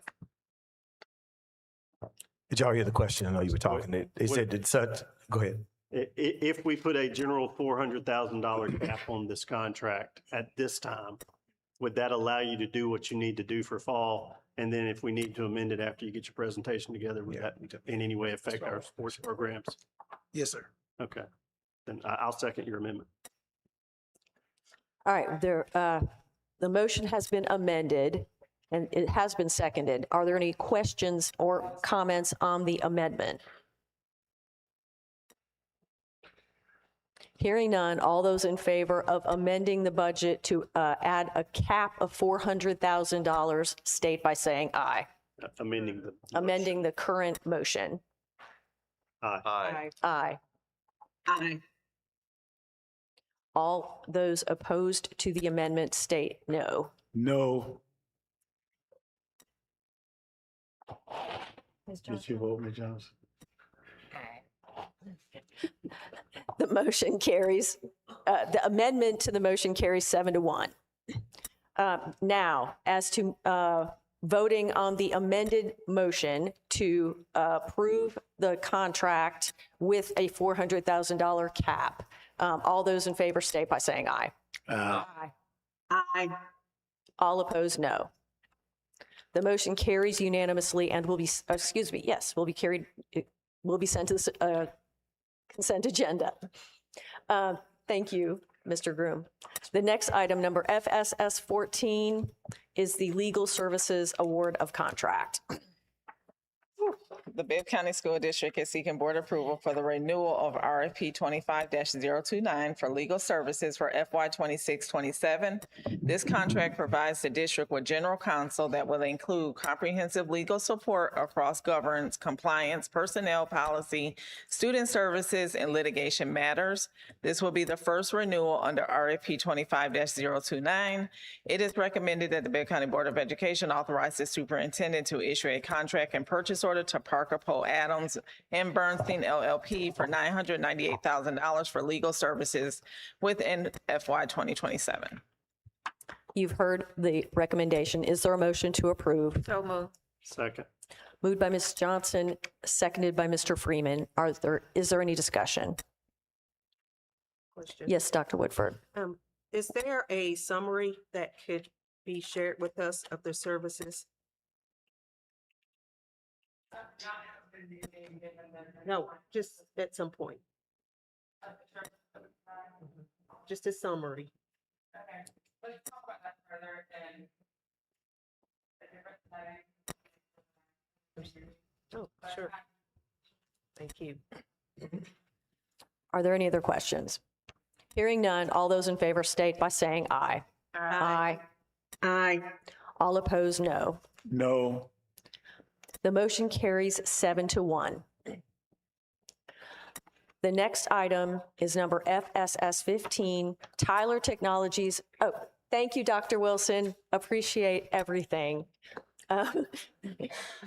Mr. Jackson, Tyler Technologies Student Transportation powered by Traversa Renewal. Good afternoon, President Morton, board members, Superintendent Dr. Sims.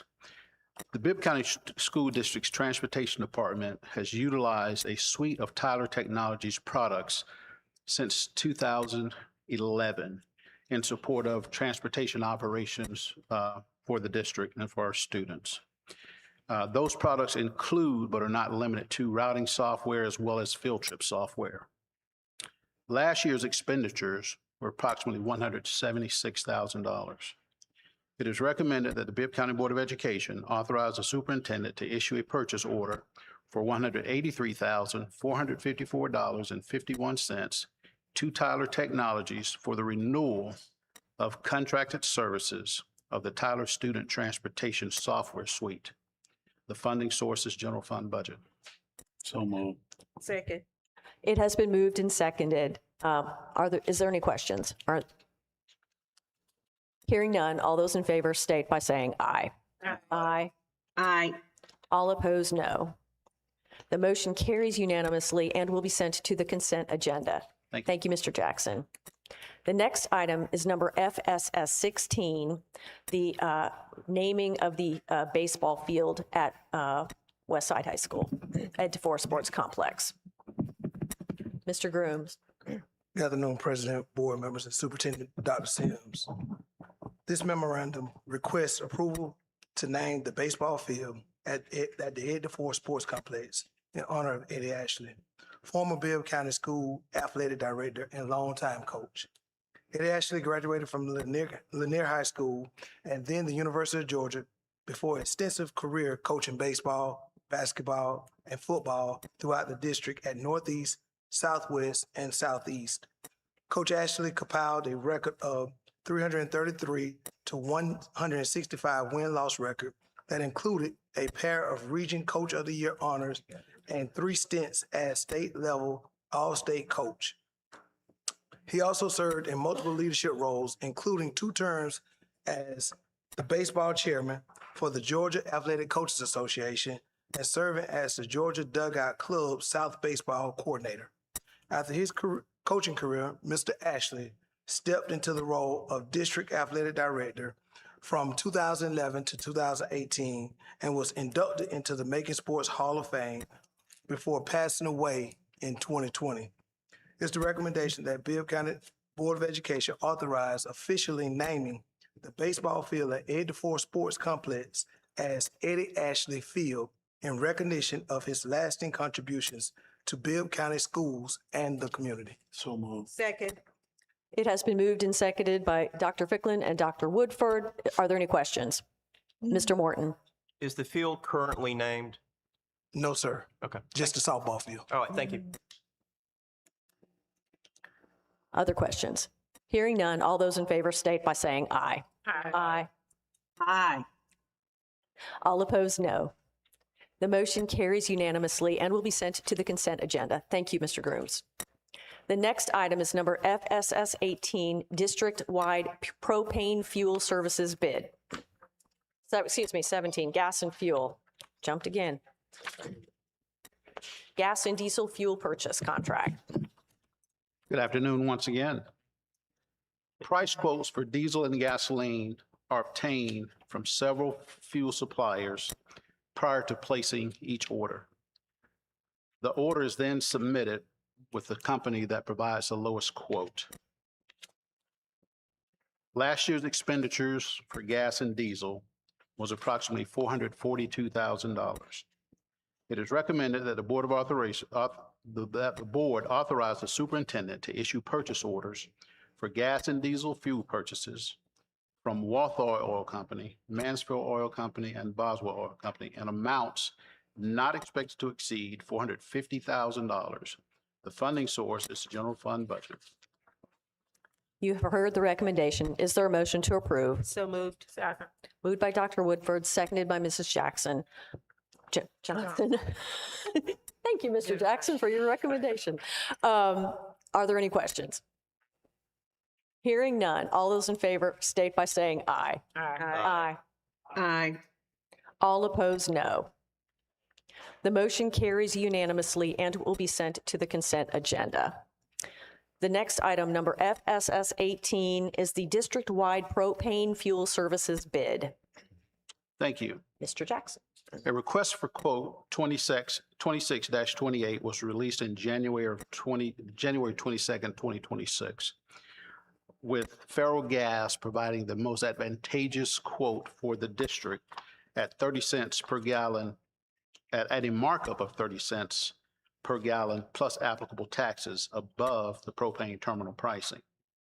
The last year's expenses were approximately $763,000.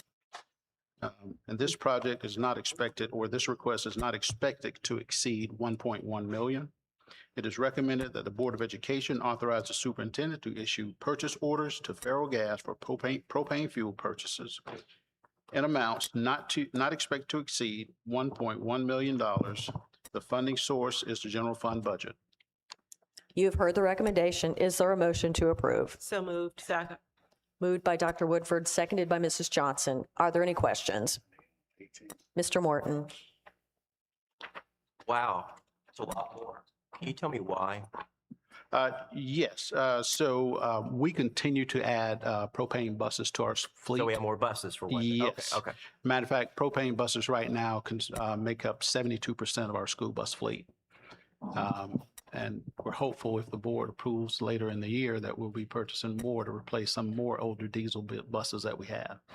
So we do anticipate increasing that amount. In addition to that, the new agreement with Federal Gas actually increased in markup at 30 cents, where prior to that we were paying 19 cents. So there's an increase there as well. So we're phasing out certain types of buses in favor of propane. Is that what you're saying? Or we're adding more buses? No, we're going to phase out. So when we purchase, we purchase with a plan of replacing older units. So taking other units out. And those units are diesel buses. Yes. Diesel and propane. Yes. Okay. Thank you. Yes, sir. Other questions? Yes, the Straits of Hormuz closing certainly affects gas prices. And my question, Mr. Jackson, and thank you for this presentation, is about electronic buses. How far are we from upgrading that? So we are already on that journey. Our first EV buses actually went into operation in December of last year. And we're learning and growing with that. There's some more initiatives that are coming out, some more opportunities that may present themselves. But we are well on our way. I knew that we had, launched that particular type of bus. And I heard you say you're increasing the propane buses rather than the EV buses. And that's what raised my question, because I think we're going towards electronic buses in the nation, going toward electronic kinds of things. And rather than increasing propane, I wanted to hear we're going to increase EV buses. We will when it makes sense. So right now, it's not cost effective, or is that what you're saying? There's a specific application for EV as well. Not only is it not cost effective without some additional funding to help purchase the bus, but electric buses are not applicable, or you can't deploy them in all applications because of the range. Okay, they're not cost effective right now. Yes. Okay, thank you so much. Yes, sir. Other questions? Hearing none. All those in favor state by saying aye. Aye. Aye. All opposed, no. The motion carries unanimously and will be sent to the consent agenda. The next item is number FSS 19, Parts, Supplies, and Service, Yancey Bus Sales and Service. Thank you. Yancey Bus Sales and Service serves as the distribution dealer for Bluebird buses, parts, and services throughout the state of Georgia. Last year, we spent approximately $304,000 total on these items. And to give you a breakdown, there was $196,961 spent on parts and supplies, and another $107,462 spent on service. It is recommended that the Bibb County Board of Education authorize the superintendent to issue purchase orders for parts and supplies and service from Yancey Bus Sales and Service using Georgia statewide contract at an annual cost that is not expected to exceed $355,000. The funding source is the general fund budget. You have heard the recommendation. Is there a motion to approve? So, second. Moved by Ms. Johnson, seconded by Dr. Ficklin. Are there any questions? Hearing none, all those state by saying aye. Aye. All opposed? Aye. The motion carries unanimously and will be sent to the consent agenda. Thank you very much, Mr. Jackson. Thank you. The next item is number FSS 20, Cybersecurity Grant, Email Security. Mr. Adams. Good afternoon, Board President Morton, board members, and Superintendent Dr. Sims. The Office of Technology Services is seeking board approval to purchase Proofprint's email security platform from SHI. This purchase will provide email security for our Microsoft email system. It is recommended that the Bibb County Board of Education authorizes the purchase order to SHI for Proofpoint email security in the amount not to exceed $549,900. The funding source is $468,735.30 from the FCC Cybersecurity Pilot Program and $81,164.70 from local funds. So moved. Second. It has been moved by Dr. Ficklin and seconded by Ms. Johnson. Are there any questions? Mr. Morton. Mr. Adams, when you say 81,000 and change comes from local funds, are we talking the general fund or are we talking Yes, sir. something else? That's our general funds. Okay, thank you. Other questions? Hearing none, all those in favor state by saying aye. Aye. All opposed, no. The motion carries unanimously and will be sent to the consent agenda. The next item, number FSS 21, is Cybersecurity Grant, SIEM and SOC. Thank you once again. The Office of Technology Services is seeking board approval to purchase SIEM and SOC monitoring services from Securely Managed. This purchase will provide Security Information and Event Management, or SIEM, and Security Operations Center, or SOC, for the district. It is recommended that the Bibb County Board of Education authorizes the purchase order to Securely Managed for their SIEM and SOC services in the amount not to exceed $294,000. The funding source is $264,600 from the Cybersecurity Pilot Program and $29,400 from local funds, which again is the general funds. You've heard the recommendation. So moved. Is there a second? Moved by Dr. Ficklin, seconded by Mrs. Johnson. Are there any questions?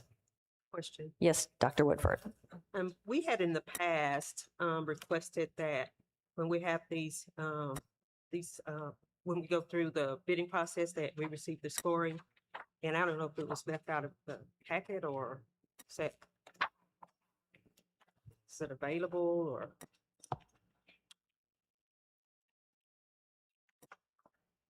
I'll defer to Elaine on that one. Dr. Wilson.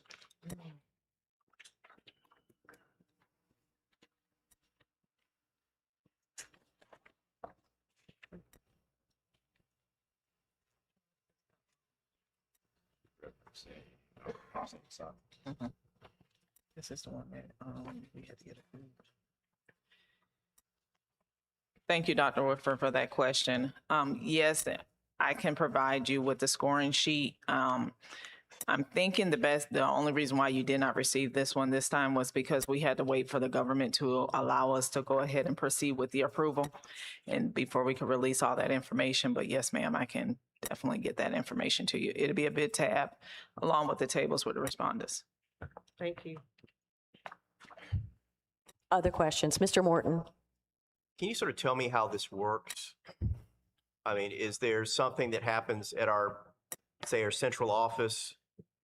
Is this an external monitoring type thing? Can you give me a sense about that? Good questions, and I have with me here our Director of Technology Operations, Mr. Joshua Moneypenny. I just wanted to get him up here so I could hear his name, so it's all right. So a SIM and SOC kind of go together, but they are two different things. A SIM is a service that takes logs from all of our systems and correlates them and matches events together that by themselves wouldn't look nefarious. And then the SOC side of that is a security operations center where there's a team of vendors who are looking at those and can provide either action or alerts to us. Like if it's 3 o'clock in the morning, they'll call us on the phone and say, hey, you have an event you need to look at immediately. So that's the part of the SOC. All right, thank you. Other questions? Hearing none, all those in favor state by saying aye. Aye. Aye. All opposed, no. The motion carries unanimously and will be sent to the consent agenda. The next item is number FSS 22, firewall upgrades. Thank you. The Office of Technology Services is seeking board approval to issue a purchase order to Lockstep Technology Group for Palo Alto firewall products and services. It is recommended that the Bibb County Board of Education authorizes the purchase order to Lockstep Technology Group in an amount of $695,144.10. The funding source is 2026 East Blast. You've heard the recommendation. Is there a motion to approve? Second. Moved by Mr. Freeman, seconded by Mrs. Johnson. Are there any questions? Yes, thank you so much. When we talk about a firewall, are we talking about a physical wall? I know one of the questions that came back, is that a physical type of wall, or is that something that is, like Wi-Fi? So once again, I will defer to Mr. Joshua Moneypenny. Yes, they are physical devices that sit right at the edge of the internet and protect us from the internet and it is also services that run on it, scanning for various things. Yes, Dr. Woodford. Is this a sole source provider? That was the state contract. This one's coming through the state contract. It's mentioned there right above the recommendation. Okay, so we didn't have to go through the RFP process. Correct. Okay. Other questions? Hearing none. All those in favor state by saying aye. Aye. Aye. All opposed, no. The motion carries unanimously and will be sent to the consent agenda. The next item is number FSS 23, Staff Devices Phase 2. Thank you. The Office of Technology Services is seeking board approval to purchase staff devices. These Lenovo products will be purchased from Sherlock Technology. This is the second phase of our staff device refresh. It is recommended that the Bibb County Board of Education authorizes the purchase order to Sherlock Technology for staff devices in an amount not to exceed $2.25 million. The funding source is 2026 East Blast. You've heard the recommendation. Is there a motion to approve? Second. Moved by Mr. Freeman, seconded by Dr. Ficklin. Are there questions? Hearing, Mr. Hester. You say phase 2. Is there another phase coming or? This is phase 2 of 2. So we had the Okay, first 2 of phase 2. earlier this year. This will be the second of those 2. Yeah, these are for, I'm sorry. Look back, see what you said. Upgrades, or is this to provide new devices? So I believe the question is about whether this would be additional versus replacement. Is that what you're asking? Right, yes. Yeah, so this would be refreshing existing devices. So those are no longer operating very well for many of us. And so these will be replacing current devices with new devices. So let me ask this follow-up question. So are board devices included in this? Just asking, just asking. I am told yes. Okay, thank you. Other questions? Hearing none. All those in favor state by saying aye. Aye. Aye. All opposed, no. 2016. The motion carries unanimously and will be sent to the consent agenda. Thank you very much, Mr. Adams. Thank you. The next item is number FSS 24, at the Atrium Health Navicent Agreement for Nurses. Good afternoon, President Morton, board members, and Superintendent Dr. Sims. The Bibb County School District requests approval to contract with Atrium Health Navicent to provide nursing services for FY27. It is recommended that the Bibb County Board of Education authorizes the superintendent to continue the Atrium Health Navicent agreement for the FY 2027 school year at a cost of $1,996,452.17, which will be funded through the general fund. You have heard the recommendation. Is there a motion to approve? So moved. Moved by Mrs. Johnson, seconded by Mr. Freeman. Are there any questions? Dr. Woodford. Yeah, thank you. Are there nurses assigned to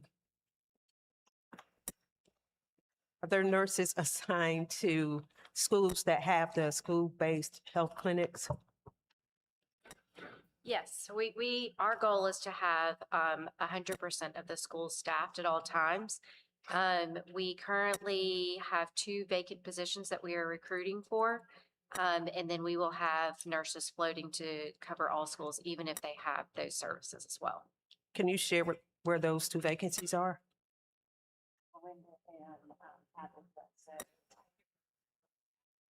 Southwest and Rosa Taylor. And we just got those resignations in this week, so they've already been posted. Thank you.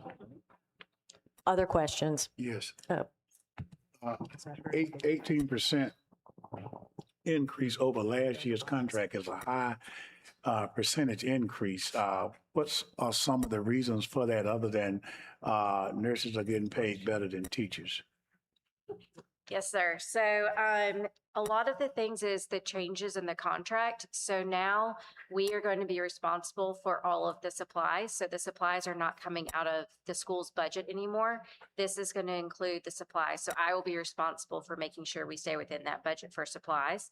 And we've already started doing needs assessments for all the schools to see what we would need. We do think that this is going to be a sufficient amount for their funds. It's about $500 per school. We also had market adjustments. If you're aware, we are now part of a larger enterprise. We are Atrium Health Navicent, a part of Advocate Health. And so they adjusted market for all nurses, and this included the school nurses as well. And then also this will account for the 5% merit increase that Atrium Health provides to all of their staff based on performance.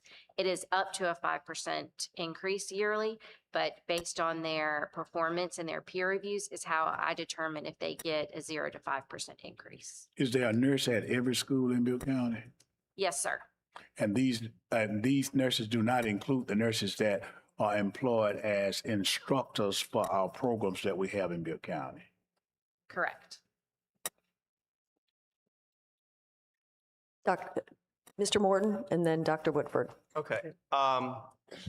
Does this contract pay the entire salary for the staff? Yes. Okay. Does it also pay for benefits? Yes. So we contract with Atrium. Right. So they're responsible for the benefits. But we pay the salary, essentially. But no. Well, okay, I'm sorry. Help me out. So this cost includes all of it. It's their salaries, their benefits, everything.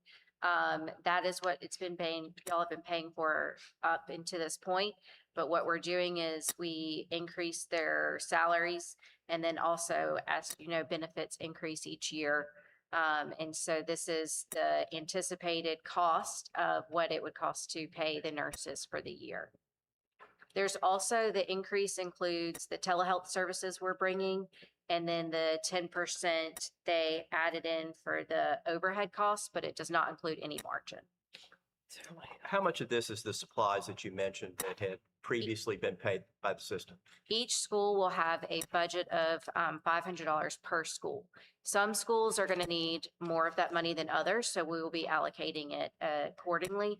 But based on supplies y'all have been using, we had our contract people do an analysis and they budgeted that this would be appropriate and manageable for us.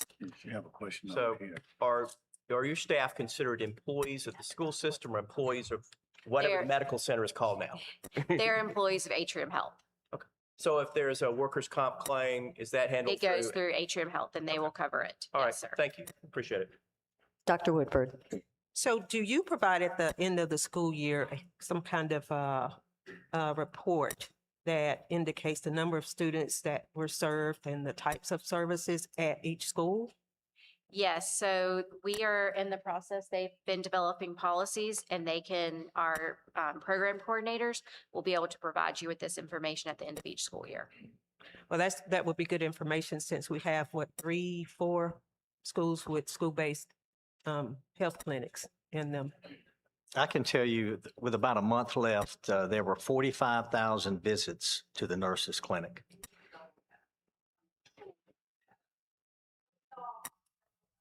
Oh, no. So for the whole entire last year, our nurses saw about 90,000 students total. Of that, they sent back to class over 70,000. So we kept that many students in class with just our school nursing services. 20,000 students. Great. Yes, that's great. Thank you. I have a question over All right, there. Dr. Ficklin. She has a Oh, question. Ms. and I have a Johnson. question. Thank you.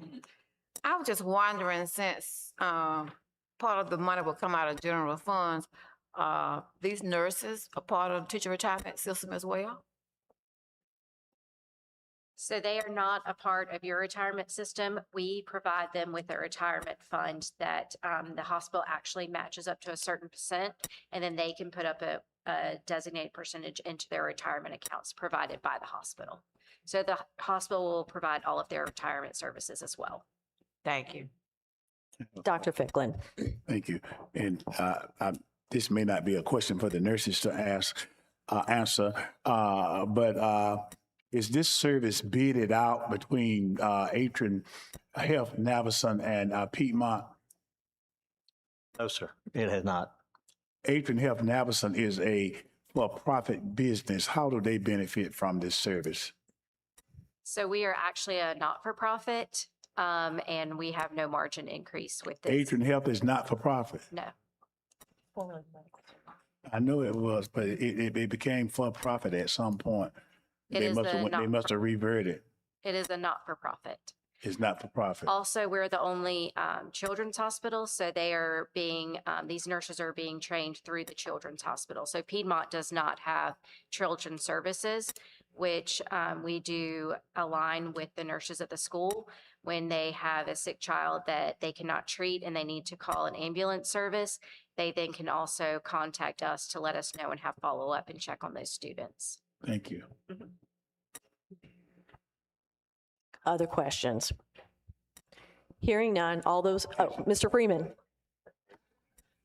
I had a student last year who utilized the nurse on a regular basis, thanks for medication. And I just want to say thank y'all for what you do for our students. They took great care of them. Hearing no other questions, all those in favor state by saying aye. Aye. Aye. All opposed, no. The motion carries unanimously and will be sent to the consent agenda. Thank you all very much. The next item is number FSS 25, and I'm going to call that reinstate step increase.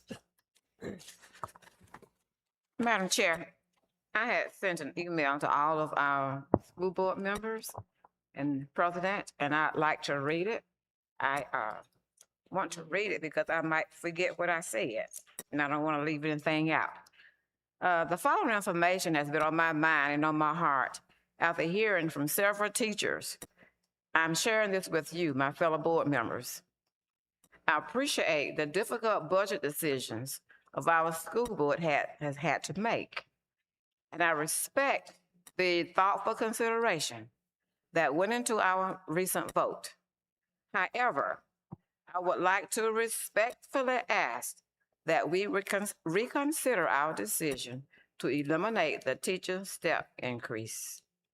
While this cut may provide a short-term budget relief, I believe that it has the potential to create greater financial and operational challenges in the long run. The step increase is not simply an added expense. It is a structured recognition of a teacher's experience, commitment, and continued service to our district.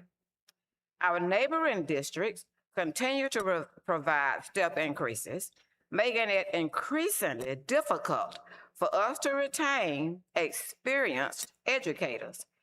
Each time a veteran teacher leaves for another system, our district incurs the cost of recruiting, hiring, onboarding, and mentoring a replacement.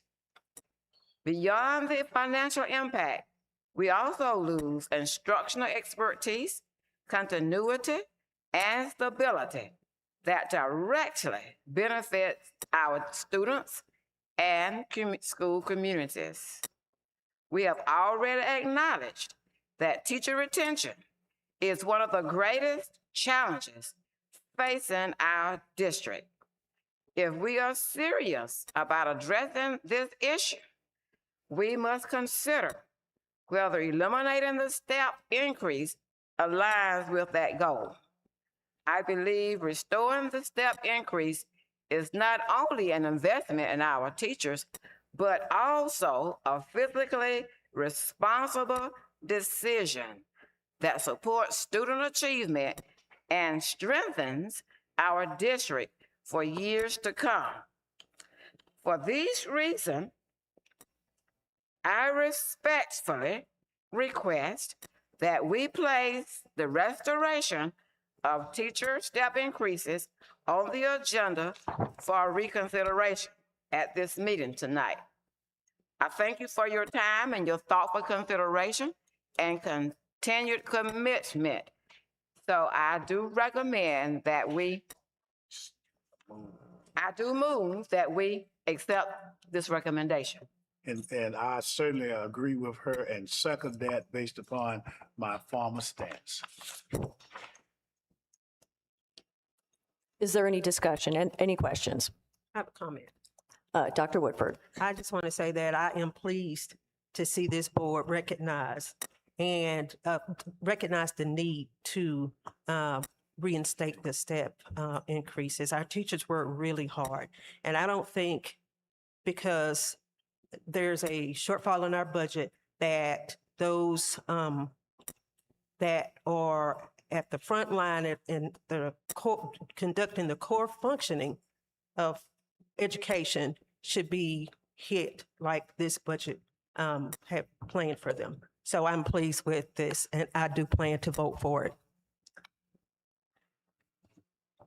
Other questions or comments? Mr. Morton.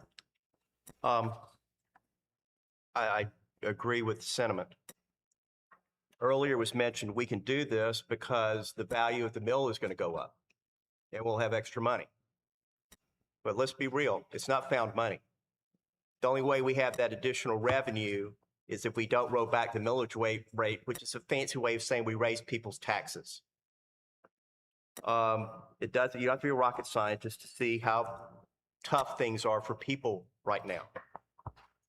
And when we voted on this, on our budget, we did some things that we did not want to do. And I was looking back at our earlier budget work session, saying one of the possibilities that was put out as something we might have to do to deal with our budgetary issues was, in fact, not implementing step increases. I appreciate the sentiment, but I can't support doing it when it means what we're going to have to do is raise taxes. So again, I hear what you're saying, but I can't support it at this time. Well, I had a point of clarification. If you could, were the step increases just for teaching or was it for all employees? So, and maybe Mr. Bush could answer that question. It was 100 point. It was 1.5 million. But now, I didn't know if that was just for teachers or if it was for all. I don't know if it's just for teachers, but I understand it's for those who have 22 years, up to 22 years of experience. Not for everybody, but those who have up to 22 years of experience. Correct me if I'm wrong on that. That's correct. The initial presentation in the budget during the budget sessions was $1,710,000, but that included everybody in the district. That was not just certified staff, that was certified and classified. And yes, you're right. Everybody would not receive it. It depends on which step they're on in the process, whether they get a raise or if that increase is awarded to them or not. So, okay, so now to clarify your motion, is it for certified and classified? Classified also get a step increase.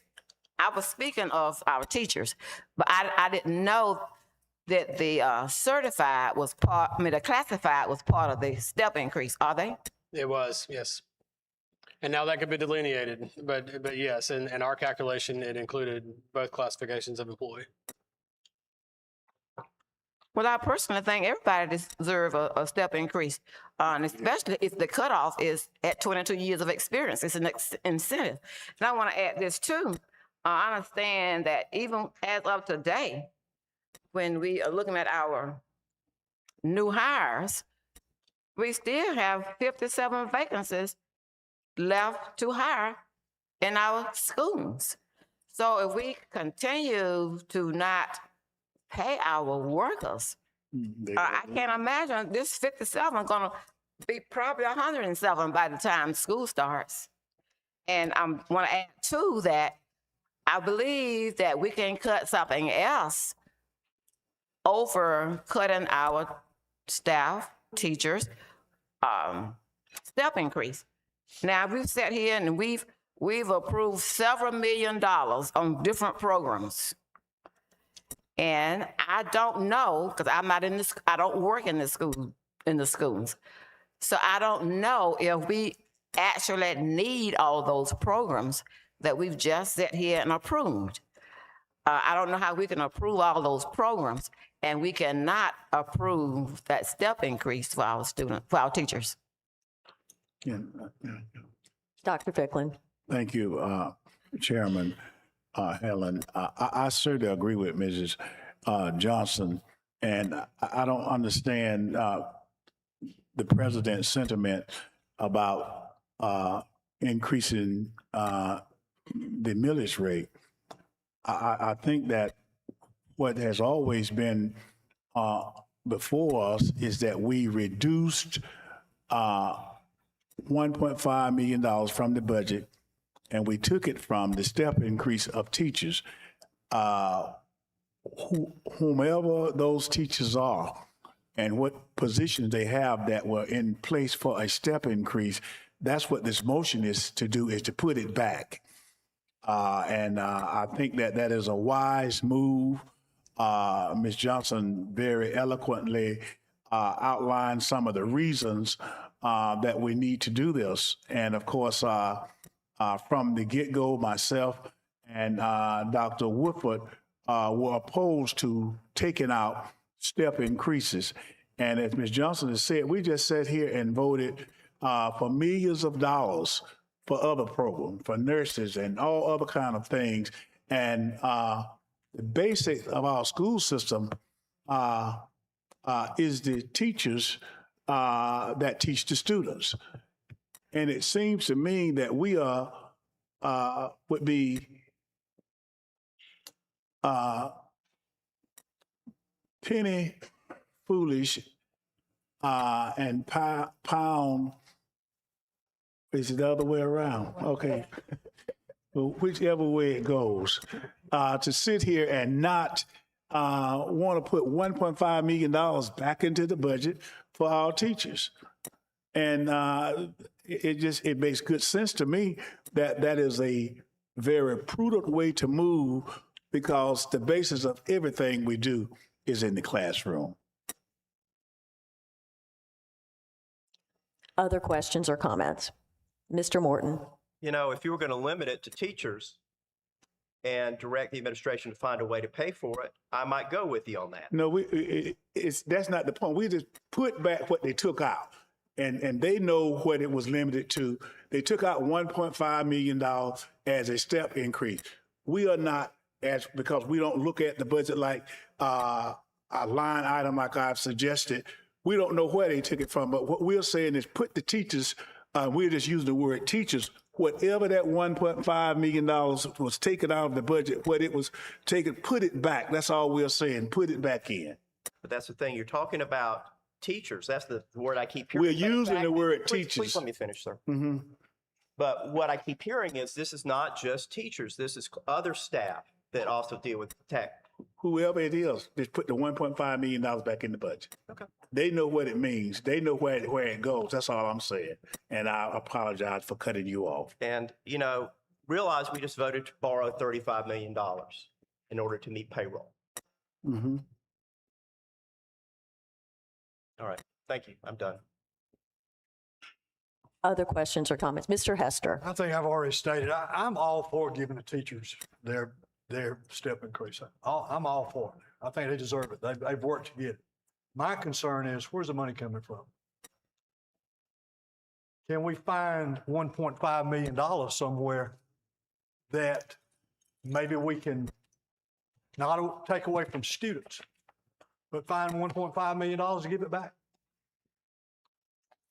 Dr. Sims. $9 million.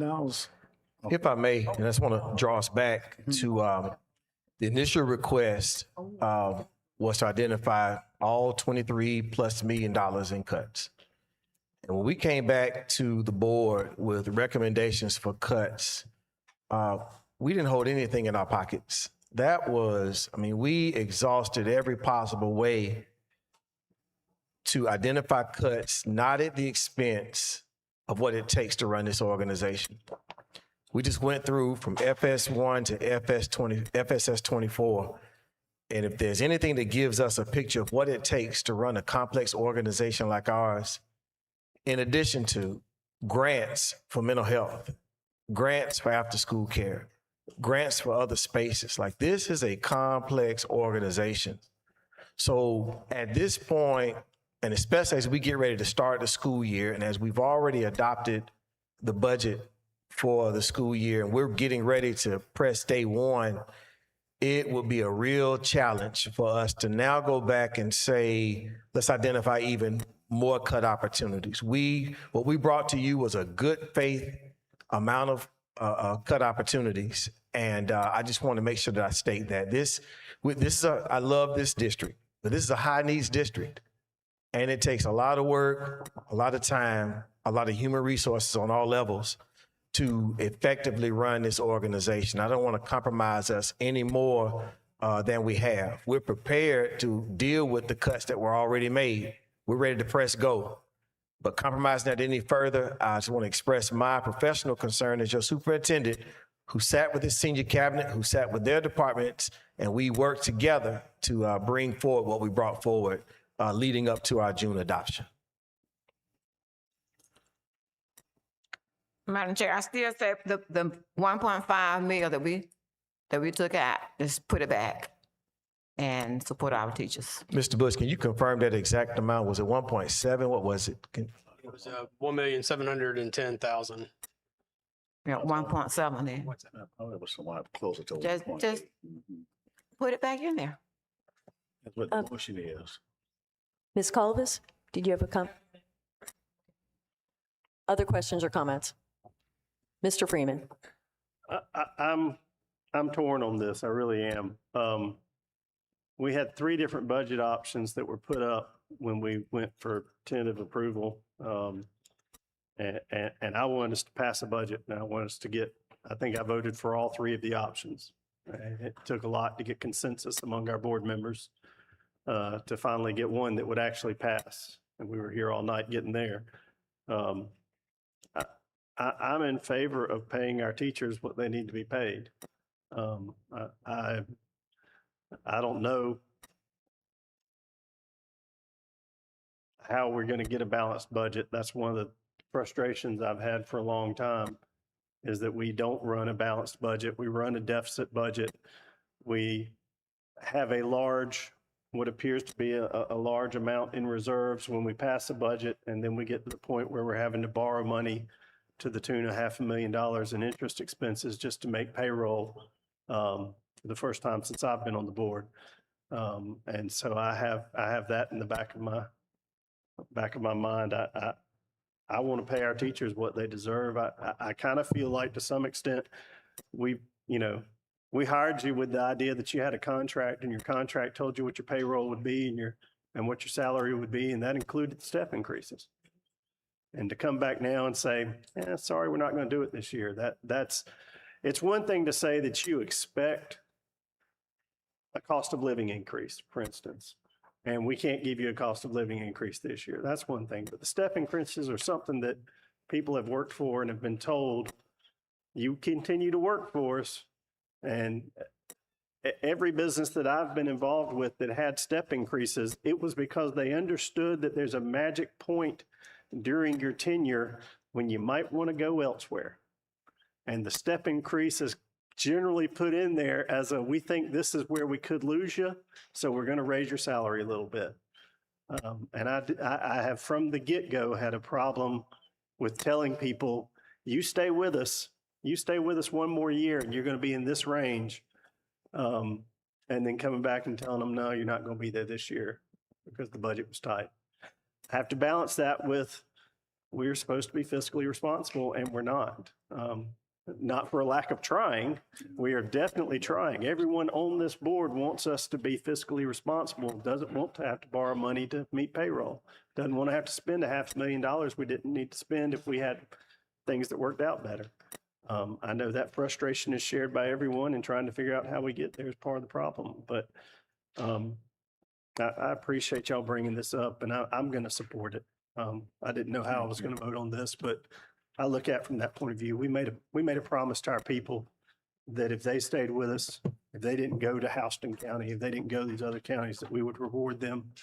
This isn't that we promised a raise. We're not, that we've just decided there's money, we're going to give you a raise, we're going to give you a cost of living. Oh, we can't do it this year. No, we said this was a step increase. You work here X number of years, you get this salary. And I've had a hard time from the get-go saying that we weren't going to do that this year.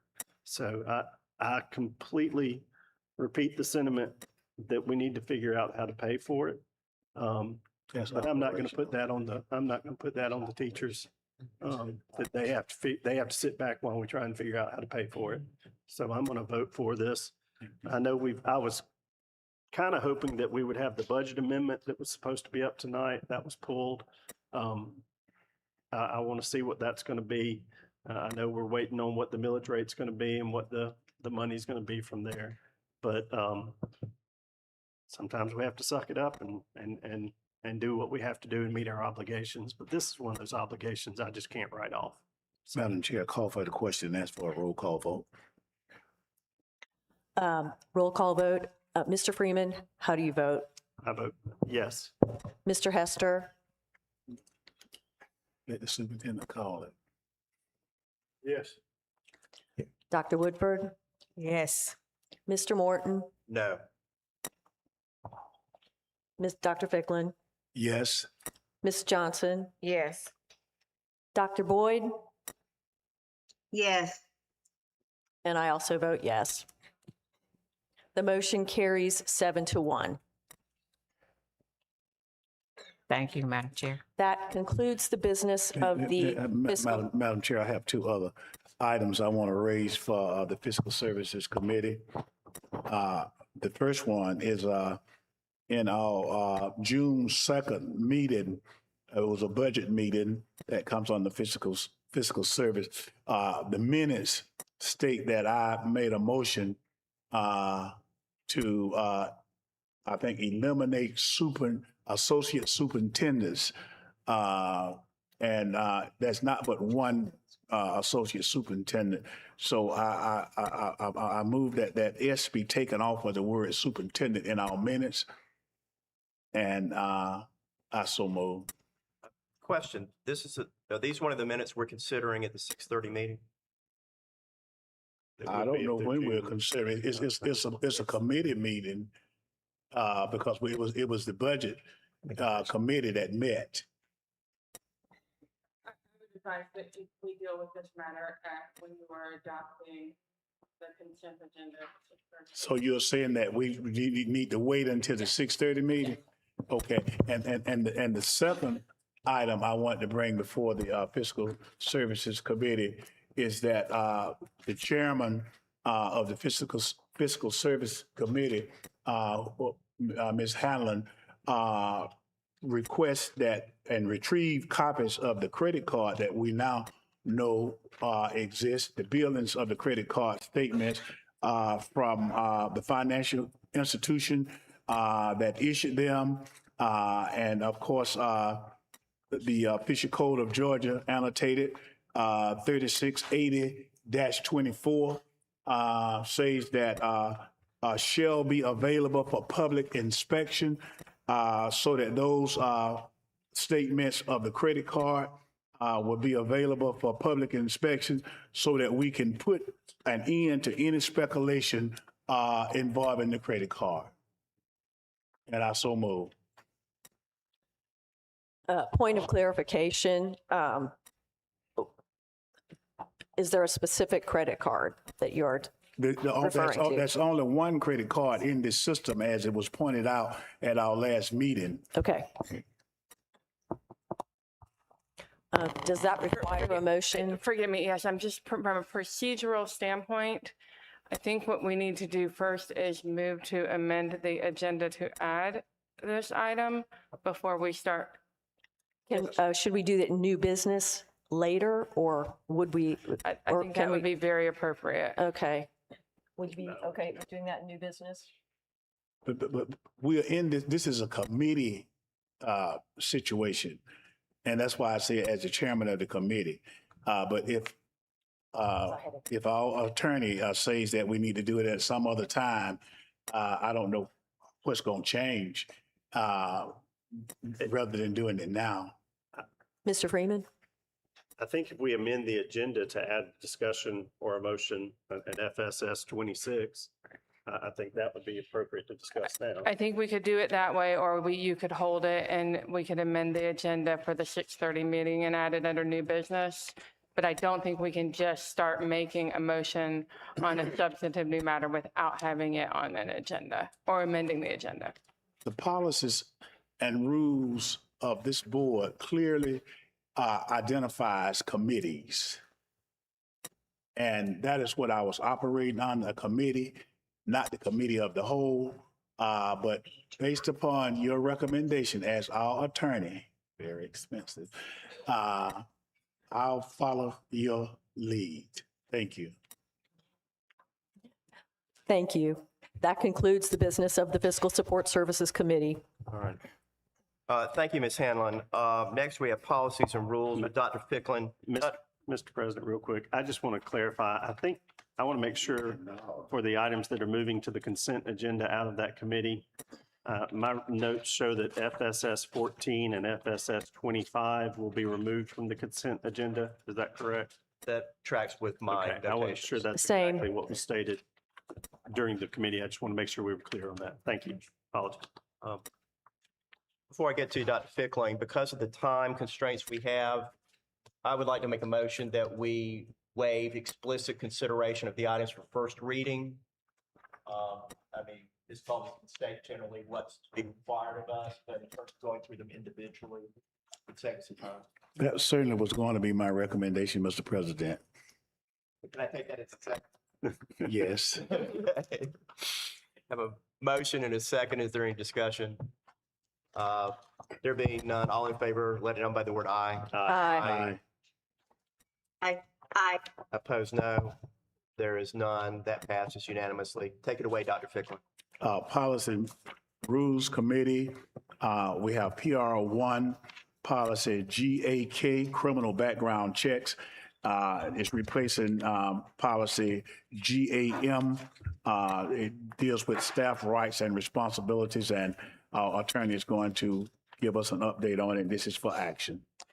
Thank you, Dr. Ficklin. Just very briefly, ladies and gentlemen, there was one sentence added to this policy since first reading. It does not substantively change the policy. It's just for the purpose of clarification, and it's listed in your documentation. With that change, it is recommended that the Board of Education approve the revisions to policy GAK, criminal background checks. Is there a motion to approve? Second. Been moved and second. Is there any discussion? Hearing none, all in favor of PR1, let it be known by saying aye. Aye.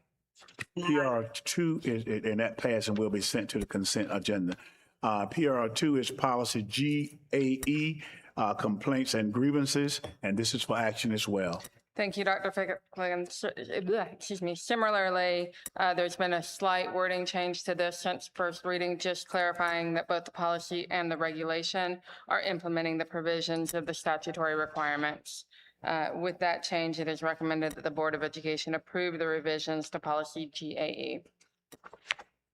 Is there a motion to approve? So moved. It's moved and second. Of course, I need to identify. Moved by Dr. Woodford and second by Mr. Bernie Hester. Any discussion? Hearing none, all in favor, let it be known by saying aye. Aye. Aye. The motion passes, and PR2 will be sent to the consent agenda. PR3, policy GARH, employee leaves and absences. Thank you, Dr. Ficklin. And this is our last one for second reading. There have been no changes to this policy since first reading, so it is recommended that the Board of Education approve the revisions to policy GARH. Is there a motion to approve? So moved. Second. It's been moved and second, moved by Dr. Wolford and second by Mrs. Hanlon. Is there any discussion? Hearing none, all in favor, let it be known by saying aye. Aye. Aye. It passes 8-0, and of course, it will be sent to the consent agenda. PR4 policy JBCD, transfers and withdrawals. We're going to omit the reading of that policy. PR5 policy JCDAF, use of electronic devices. First reading, we're going to omit the first reading. Policy PR6 policy JHC, student organization. First reading, we're going to omit the first reading. Policy R7 policy PR7 policy JRA, student data privacy complaints, and we're going to omit the first reading on those, but we do ask that you each read them and be informed when they come back for a second reading. And we thank our attorney for that. And of course, I did have something I want to add as a committee concern, but I guess I'll just add it to the other concern during the regular meeting that you following your advice. Thank you so much. And that ends our report, Mr. President. We'll have PR1, PR2, PR3 sent to the consent agenda. All right. Thank you, Dr. Ficklin. Appreciate that. Next, we have Personnel Services, Mr. Freeman. Thank you, Mr. President. We have need to go into executive session, I believe, for the purposes of personnel and legal matters. Is that all, Dr. Sims? Yes, and acquisition of property as well. And acquisition of property. May I have a motion to go into executive session So for the moved. purposes of legal, personnel, and acquisition of property? Motion by Dr. Woodford, seconded by Ms. Johnson. All those in favor, please signify by saying aye. Aye. Opposed, same sign. We are in executive session. Board members, if you will, bring any PS 1, 2, and 3 with you. We will meet in the executive session room.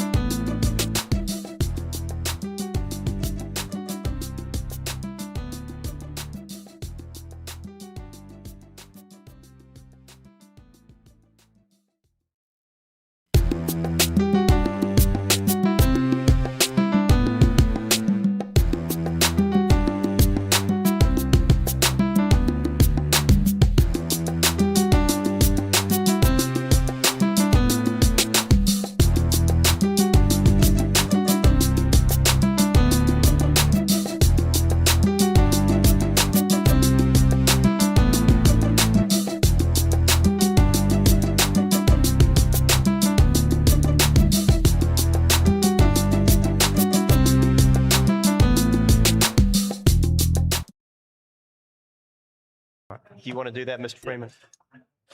Board members, if I may have a motion to come out of executive session. So moved. Second. Motion by Dr. Woodford, second by Dr. Ficklin. All those in favor, please signify by saying aye. Aye. Opposed, same Aye. sign. That passes. We are out of executive session. Board members, may I have a motion to approve PS1 as presented? Second. Motion by Mr. Hester, second by Mr. Morton. All those in favor, please signify by saying aye. Aye. Aye. Opposed, same sign. That passes unanimously. May I have a motion to approve PS2 as presented? So moved. Motion by Dr. Woodford. Second by Dr. Ficklin. All those in favor, please signify by saying aye. Aye. Aye. Opposed, same sign. That passes unanimously. May I have a motion to approve PS5 as presented? So moved. Second. Motion by Ms. Hanlon, second by Dr. Woodford. All those in favor, please signify by saying aye. Aye. Aye. Opposed, same sign. That passes unanimously and will be sent to the consent agenda. Mr. President, items PS1, 2, and 5 will be sent to the consent agenda. That concludes the business of Personnel Services Committee. All right, thank you, Mr. Freeman. Board members, you have some information items. Please review them. That brings us to the end of the agenda. Can I have a motion to adjourn? Second. Motion by Dr. Ficklin, second by Dr. Woodford. I assume there are no questions. All those in favor, let it be known by the word aye. Aye. Opposed, no. There is none. We are adjourned. Committee meeting is finished, and we'll start up in just a couple of minutes with our main meeting. Thank you for your patience. We really appreciate it.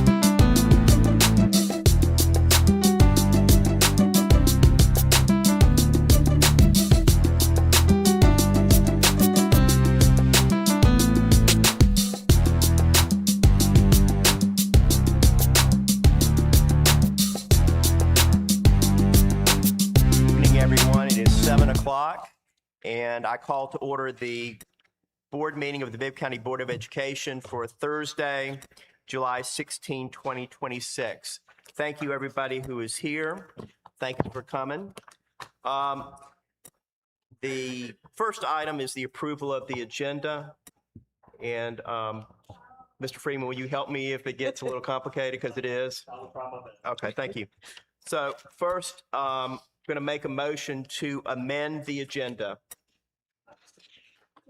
To what? Okay, all right.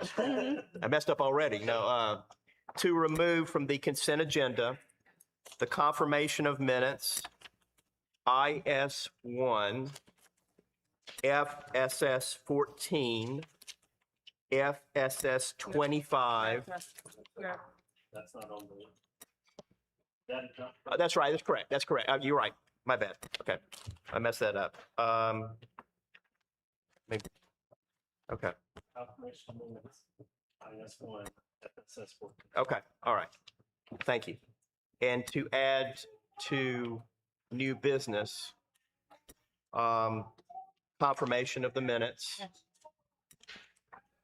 FSS 14, FSS 25, NB1, which relates to social media litigation, NB2, which relates to credit card information, NB3, which relates to the DJAE policy, NB4, which relates to notice of items in preparation for board meetings, and NB5, which relates to scheduling a called meeting. Is there a motion to approve the amend?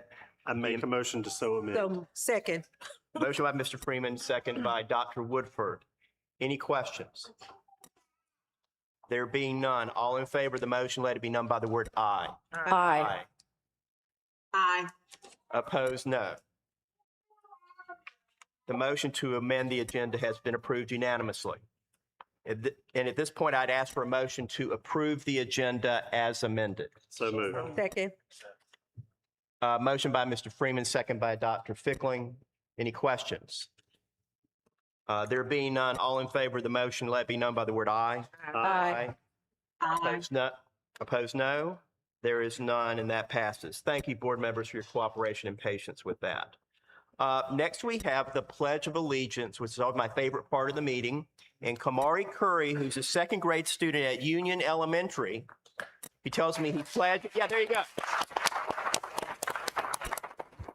is going to lead us in the pledge.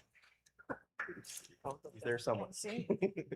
I pledge allegiance to the flag of the United States of America and to the republic for which it stands, one nation, under God, indivisible, with liberty and justice for all.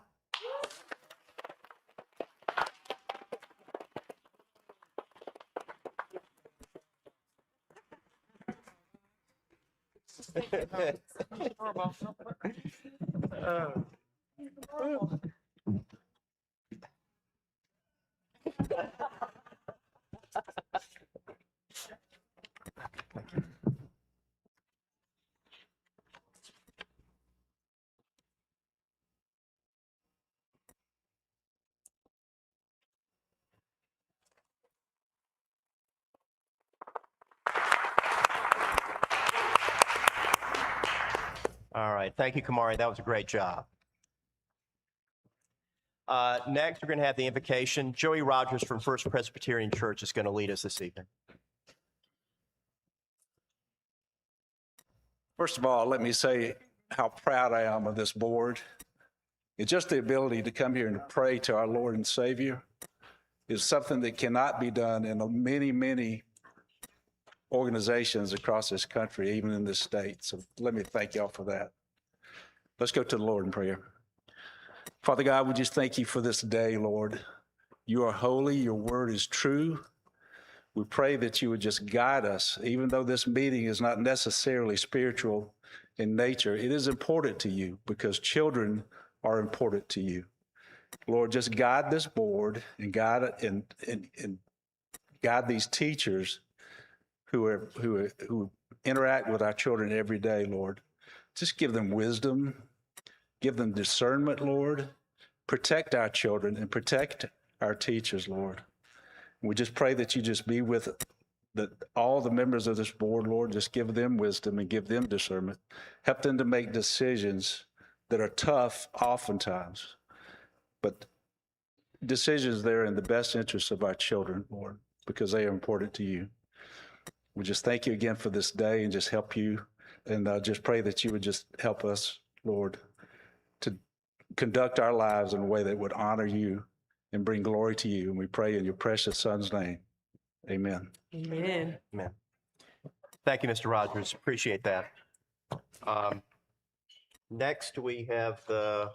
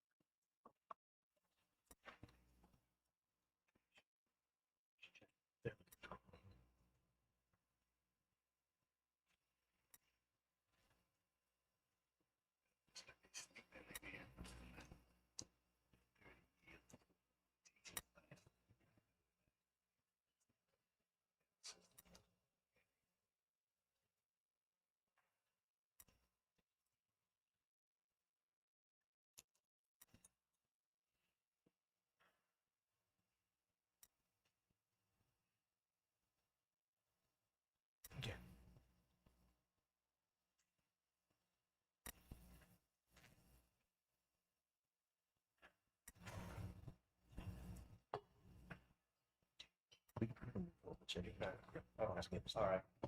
We're going to go ahead. Next on the agenda is the report of the superintendent. Dr. Sims. Thank you, Board President Morton, and good evening to everybody. Thank you again, Kamari, who's actually one of our campus police officers' children.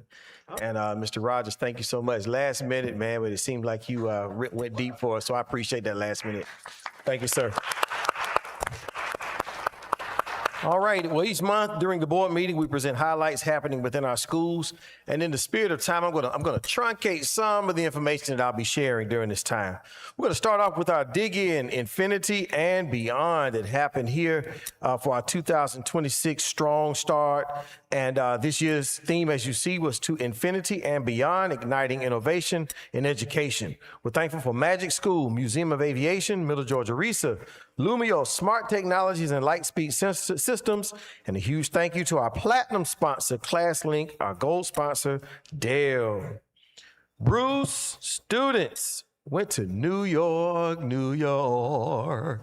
I understand, y'all, they were up there during the Knicks parade. I mean, what an awesome opportunity. Thanks again to the 100 Black Men for an incredible experience where they attended the national conference and got to see many of the sights that you see up on the screen. Mid-South Community continues to partner and bless us with these annual academic planners for every teacher and staff member. These are going to be delivered to schools, and they'll be using them for the 26-27 school year. We are grateful to Mid-South for their continued commitment. I believe there's a brief video to accompany. No video. Even though my script says a brief video, we're going to keep moving. Central Georgia Tech took some of our students, I want to say it was 11 Bibb scholars who were among dual enrollment students to attend an awesome trip to Ireland.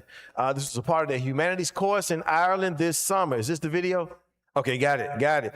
Students in the course spent time with the Institute of Study Abroad Ireland, visiting several spaces, swimming and kayaking in the lake, hiking a national park, and visiting castles and ruins. Let's take a look at the experience. Little sound.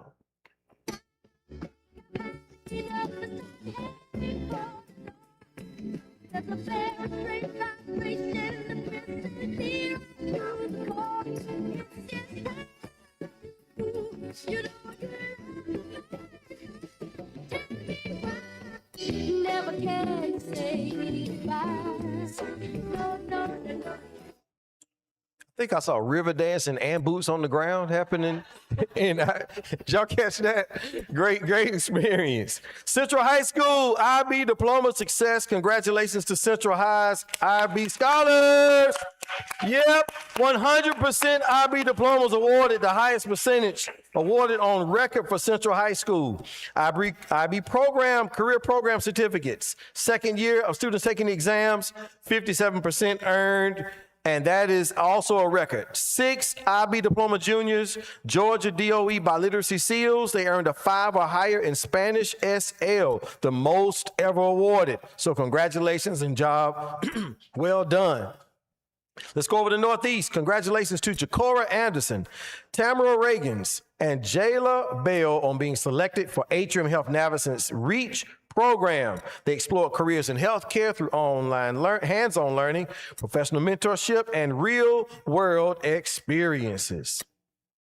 Leadership, as we wrapped up the first official week of 26-27, the Office of School Leadership got with all of our principals, and they got off to an incredible start. They will be conducting a book study of Beyond the Hammer, a fresh approach to leadership, culture, and building high-performance teams by Brian Gottlieb.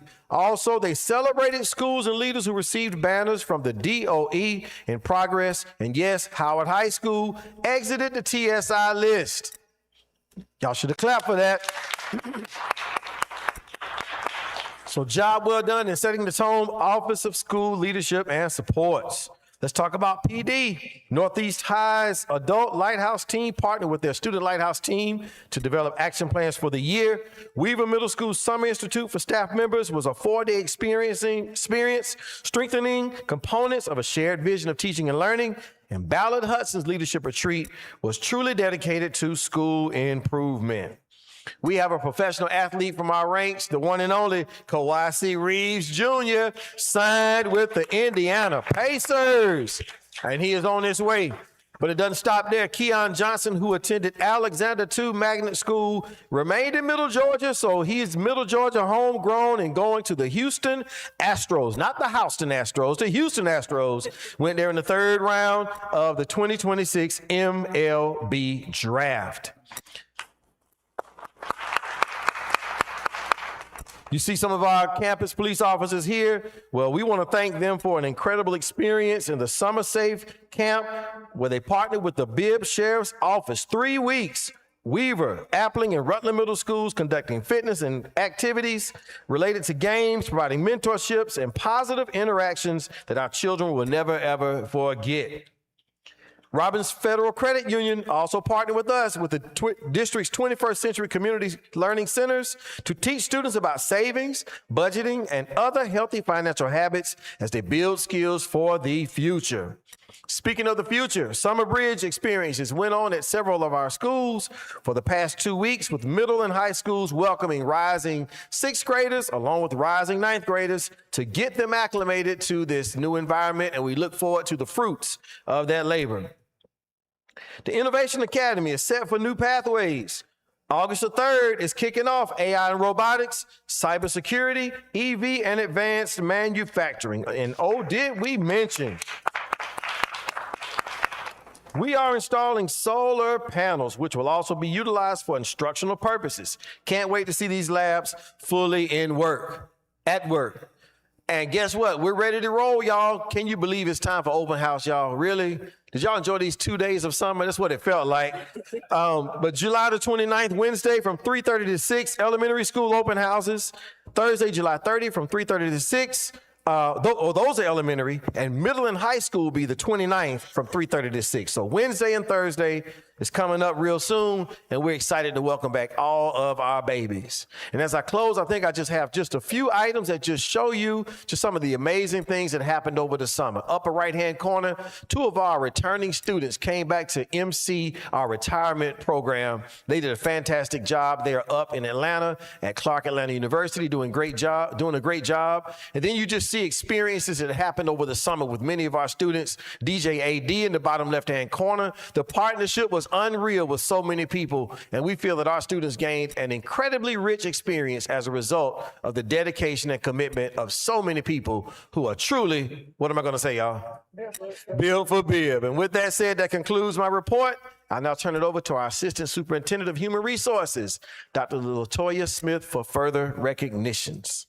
First this evening, we would like to introduce our newest district leaders. Leaders, come forward when your name is called so you may be greeted by our board members and receive a swag bag as a small welcome to your new role. Please begin to your left with a photo with Superintendent Dr. Sims before shaking hands with our board members. First up tonight is Kizzy Lott. Kizzy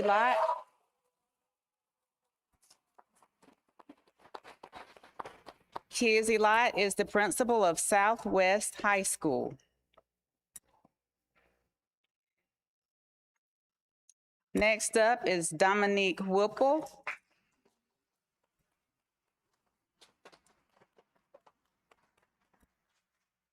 Principal of Heritage Elementary School.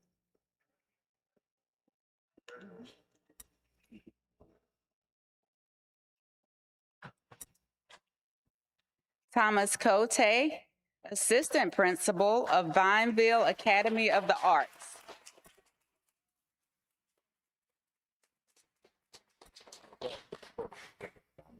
Oh, look. Proud of you,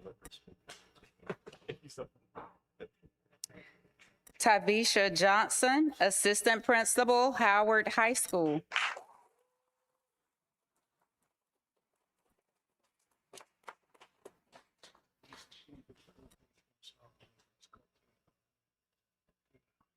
Edgar Ray, Assistant Principal of Southwest High School.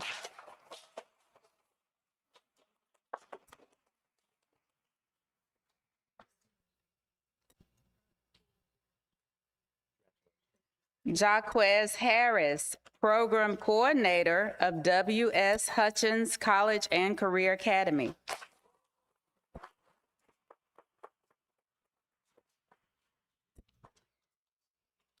Dominique Washington, Executive Director of School Nutrition.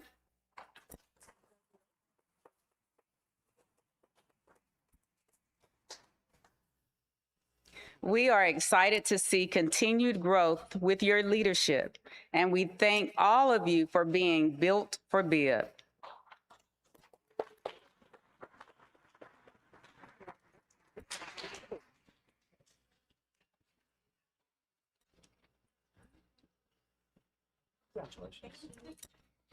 At this time, I'd like to ask recent Southwest High School graduate Alicia Dupree to come forward along with representatives of Southwest and W.S. Hutchins College and Career Academy.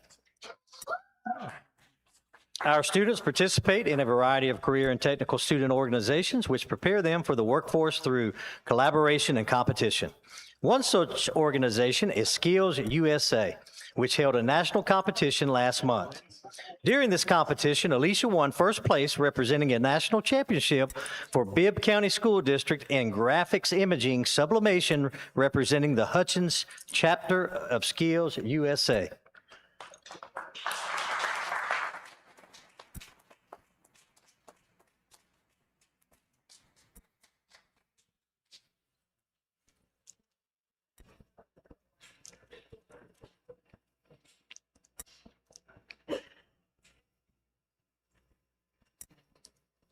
Congratulations on this honor, and we thank you for being built for Bibb.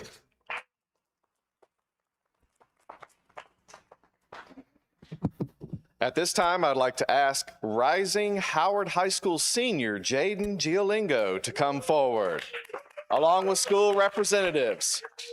Since 2014, the Georgia Poet Laureate and the Georgia Council for the Arts have selected a high school student for the Georgia Poet Laureate's Prize.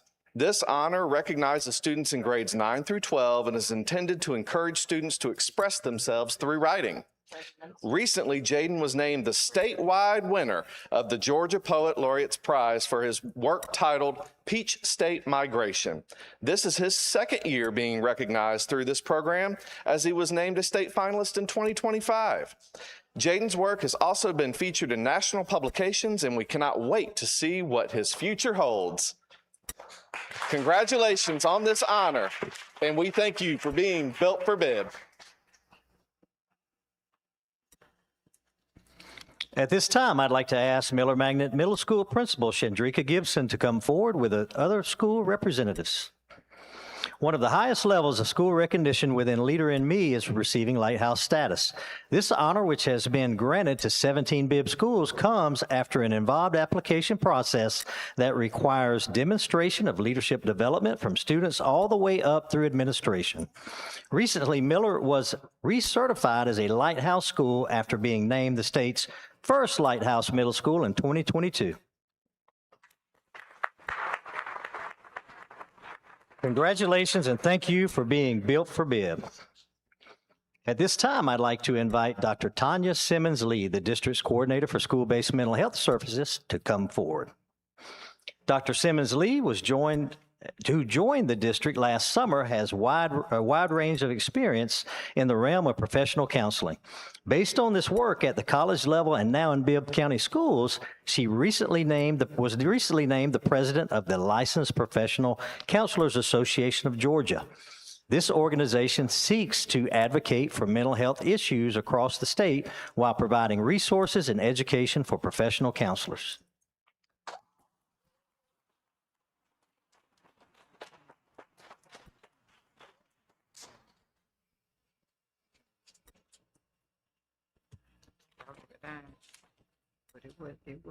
Congratulations and thank you for being built for Bibb.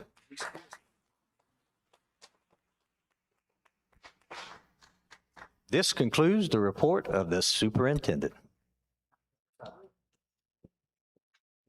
I was supposed to say that, but that's okay. No, just kidding. Just make sure y'all capture that regional level, state level, and national level recognition right out of Bibb County. That's a beautiful thing. Thank you, everybody. Let's keep doing it.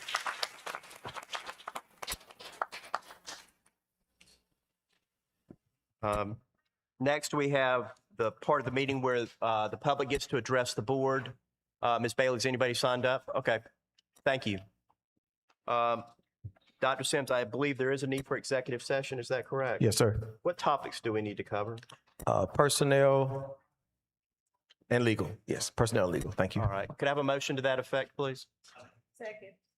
So that we go into executive session for the purposes of personnel and legal. You want to second that, Dr. Woodford? Okay. A motion and a second. Any discussion? There being none, all in favor of the motion, let it be known by the word aye. Aye. Aye. Opposed? Aye. Opposed, no. There is none. We're in executive session.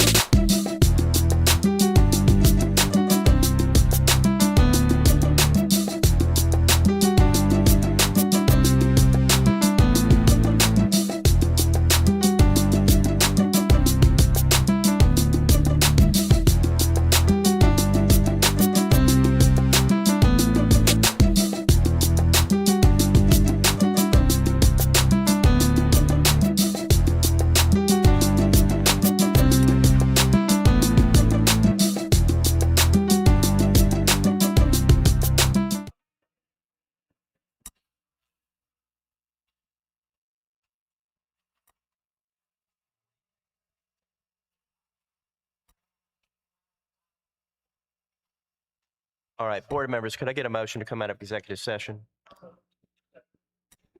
Who made the motion? Motion by Ms. Johnson, second by Ms. Freeman. Any questions? There being none, all in favor of the motion, let it be known. Aye. Aye. Aye. No. And we're out of session. Before we move on to the consent agenda, amend the agenda again. Specifically, I would ask for a motion to amend the agenda to add NB6 superintendent's contract addendum. So move. Second. Motion by Mr. Freeman, second by Ms. Hanlon. Any questions? There being none, all in favor of the motion, let it be known by the word aye. Aye. Opposed, no. There is none. That motion passes unanimously. And now I would ask for a motion to approve the adding MB6. Do I have a motion? So move. Motion by Mr. Freeman, second by Dr. Woodford. Any questions? There being none, all in favor of the motion, let it be known by the word aye. Aye. Opposed, no. There is none, and the agenda as amended is approved. Next, we have the consent agenda, which consists of action items that unanimously at the committee meeting. So at this point, I would for a motion to approve consent agenda consisting of IS3, IS4, FSS2, FSS3, FSS4, FSS5, FSS6, FSS7, FSS8, FSS9, FSS10, FSS11, FSS12, FSS13, FSS15, FSS16, FSS17, FSS18, FSS19, FSS20, FSS21, FSS22, FSS23, FSS24, PR1, PR2, PR3, and PS1, PS2, and PS5. So move. Second. Motion by Mr. Freeman, second by Mr. Hester. Any discussion? There being none, all in favor of the motion, let it be known by the word aye. Aye. Opposed, no. There is none. Consent agenda passes unanimously. Now we move on to new business. The first item is our minutes from the meetings of June of 2026. Mr. Ficklin, Dr. Ficklin, I believe you have something you want to. June 2nd.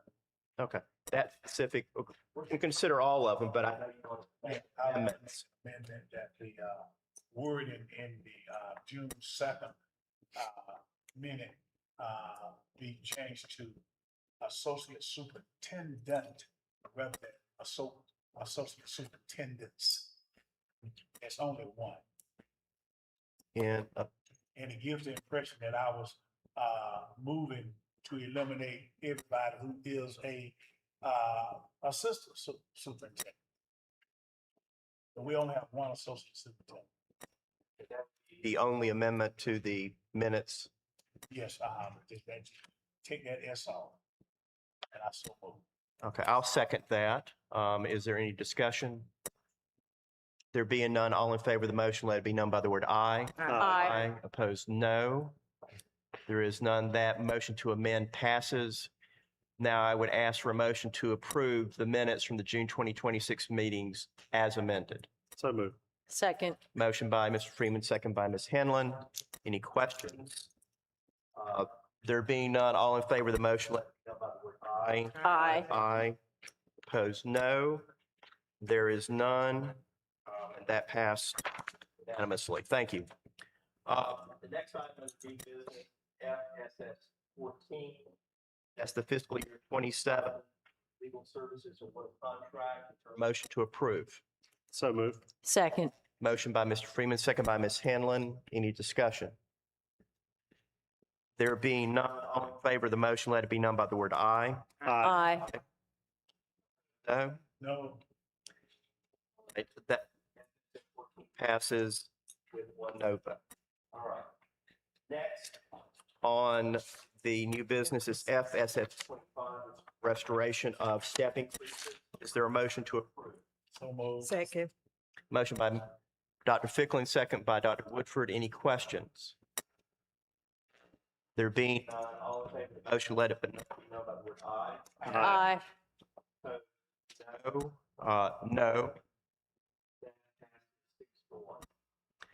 No. No, she's She's on. no, she's not on. She's not on now. No.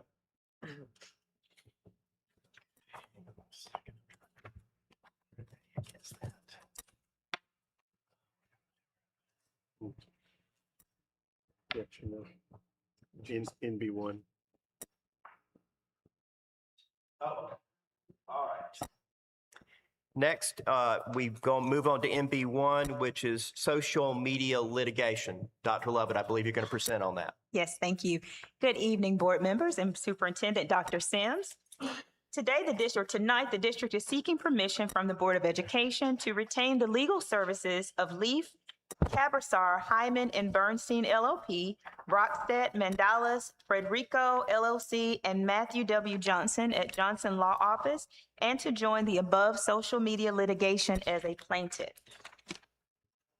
It is recommended that the board give the superintendent the authority to retain the law firms of Leaf, Cabersar, Hyman, and Bernstein LLP, Rockstead, Mandalas, Frederico, and Matthew W. Johnson at Johnson Law Firm to represent the district in any and all claims the district may have against the social media companies and authorize the district to join the above social media litigation.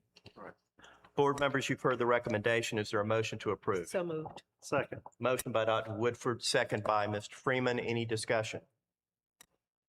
There being none, all in favor of the motion, let it be known by the word aye. Aye. Opposed, no.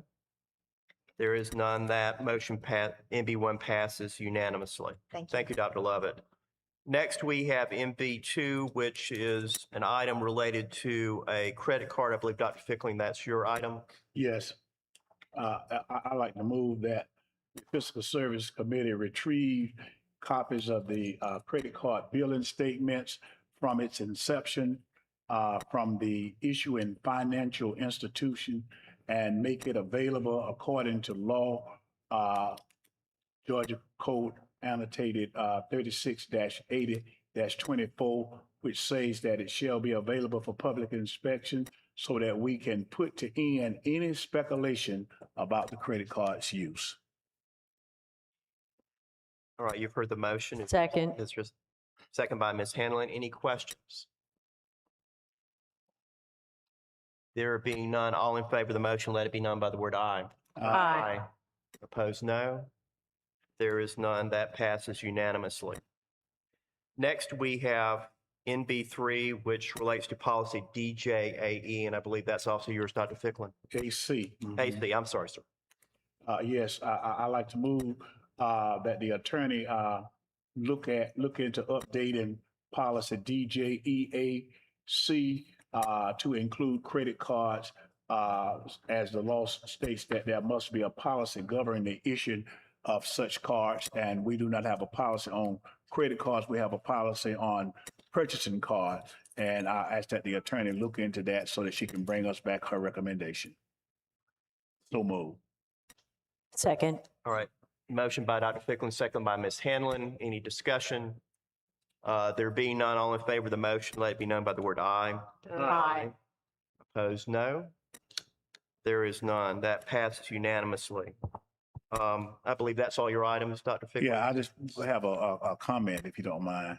Go ahead, sir. I ask that the administration look very seriously at getting us the budget by May 31st of each year, which is in our policies, that the total budget must be delivered to us by May 31st. And just from what we heard just a few minutes ago, we're still discussing alternatives in June, and the budget, according to our policy, should be delivered to us totally on May 31st. All right. Thank you, Dr. Fickling. I You're appreciate that. Next, we have MB4, which relates to notice of items in preparation for our board meetings. That's one that I'm going to be making a motion on. And by way of just sort of prefacing it or background, I've referenced that as of July 1, we have enhanced responsibilities as a board as it comes to fiscal governance. And obviously, we had some very serious items on the agenda this evening. We had a couple items we didn't get to consider because they weren't ready. And I think it's important that we have as much notice as possible, particularly on some of these very serious items such as the TAN that we have this evening.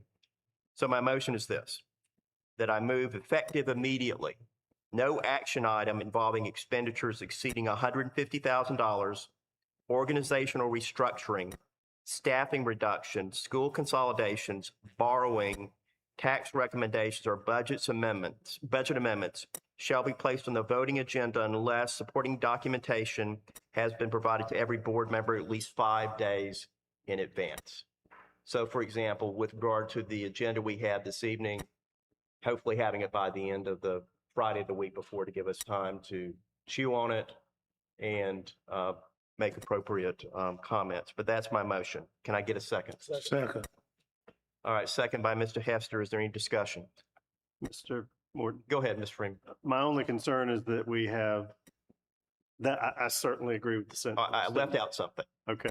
Let me restate that to add that except in an emergency or where the board waives compliance. That was my concern. Okay. Yes, sir. All right. Can I get a second to that? I'll second that. All right, second by Dr. Fickling. Any other discussion? There being none, all in favor of the motion, let it be known by the word aye. Aye. Opposed, no. That passes unanimously. Thank you for that point. I meant to add that in there. I have one, MB5, and this is a motion related to scheduling a call meeting. And by way of background, one of the things we were trying to work toward getting on this agenda was a consolidation presentation, which is, we're trying to deal with the financial realities we're going to face, and consolidation rezoning is part of that strategy.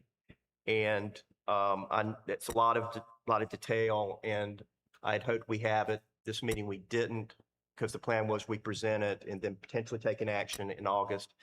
I'm making a motion that we schedule a called meeting within the next 2 weeks to have that presentation, so we can see what the proposals are and to give us time to perhaps take action as early as August. So that's my motion. Can I get a second? Second. Okay. Any discussion? I'll just have to cancel my Washington, D.C. You can appear virtually. Well, I wish you told me, Dr. Fickle. But okay, we have a second. Any other questions for discussion? There being none, all in favor of the motion, let it be known by the word aye. Aye. Opposed, no. There is none. And I want to mention a suggestion that Mr. Freeman made earlier. We talked about the Gear Up presentation.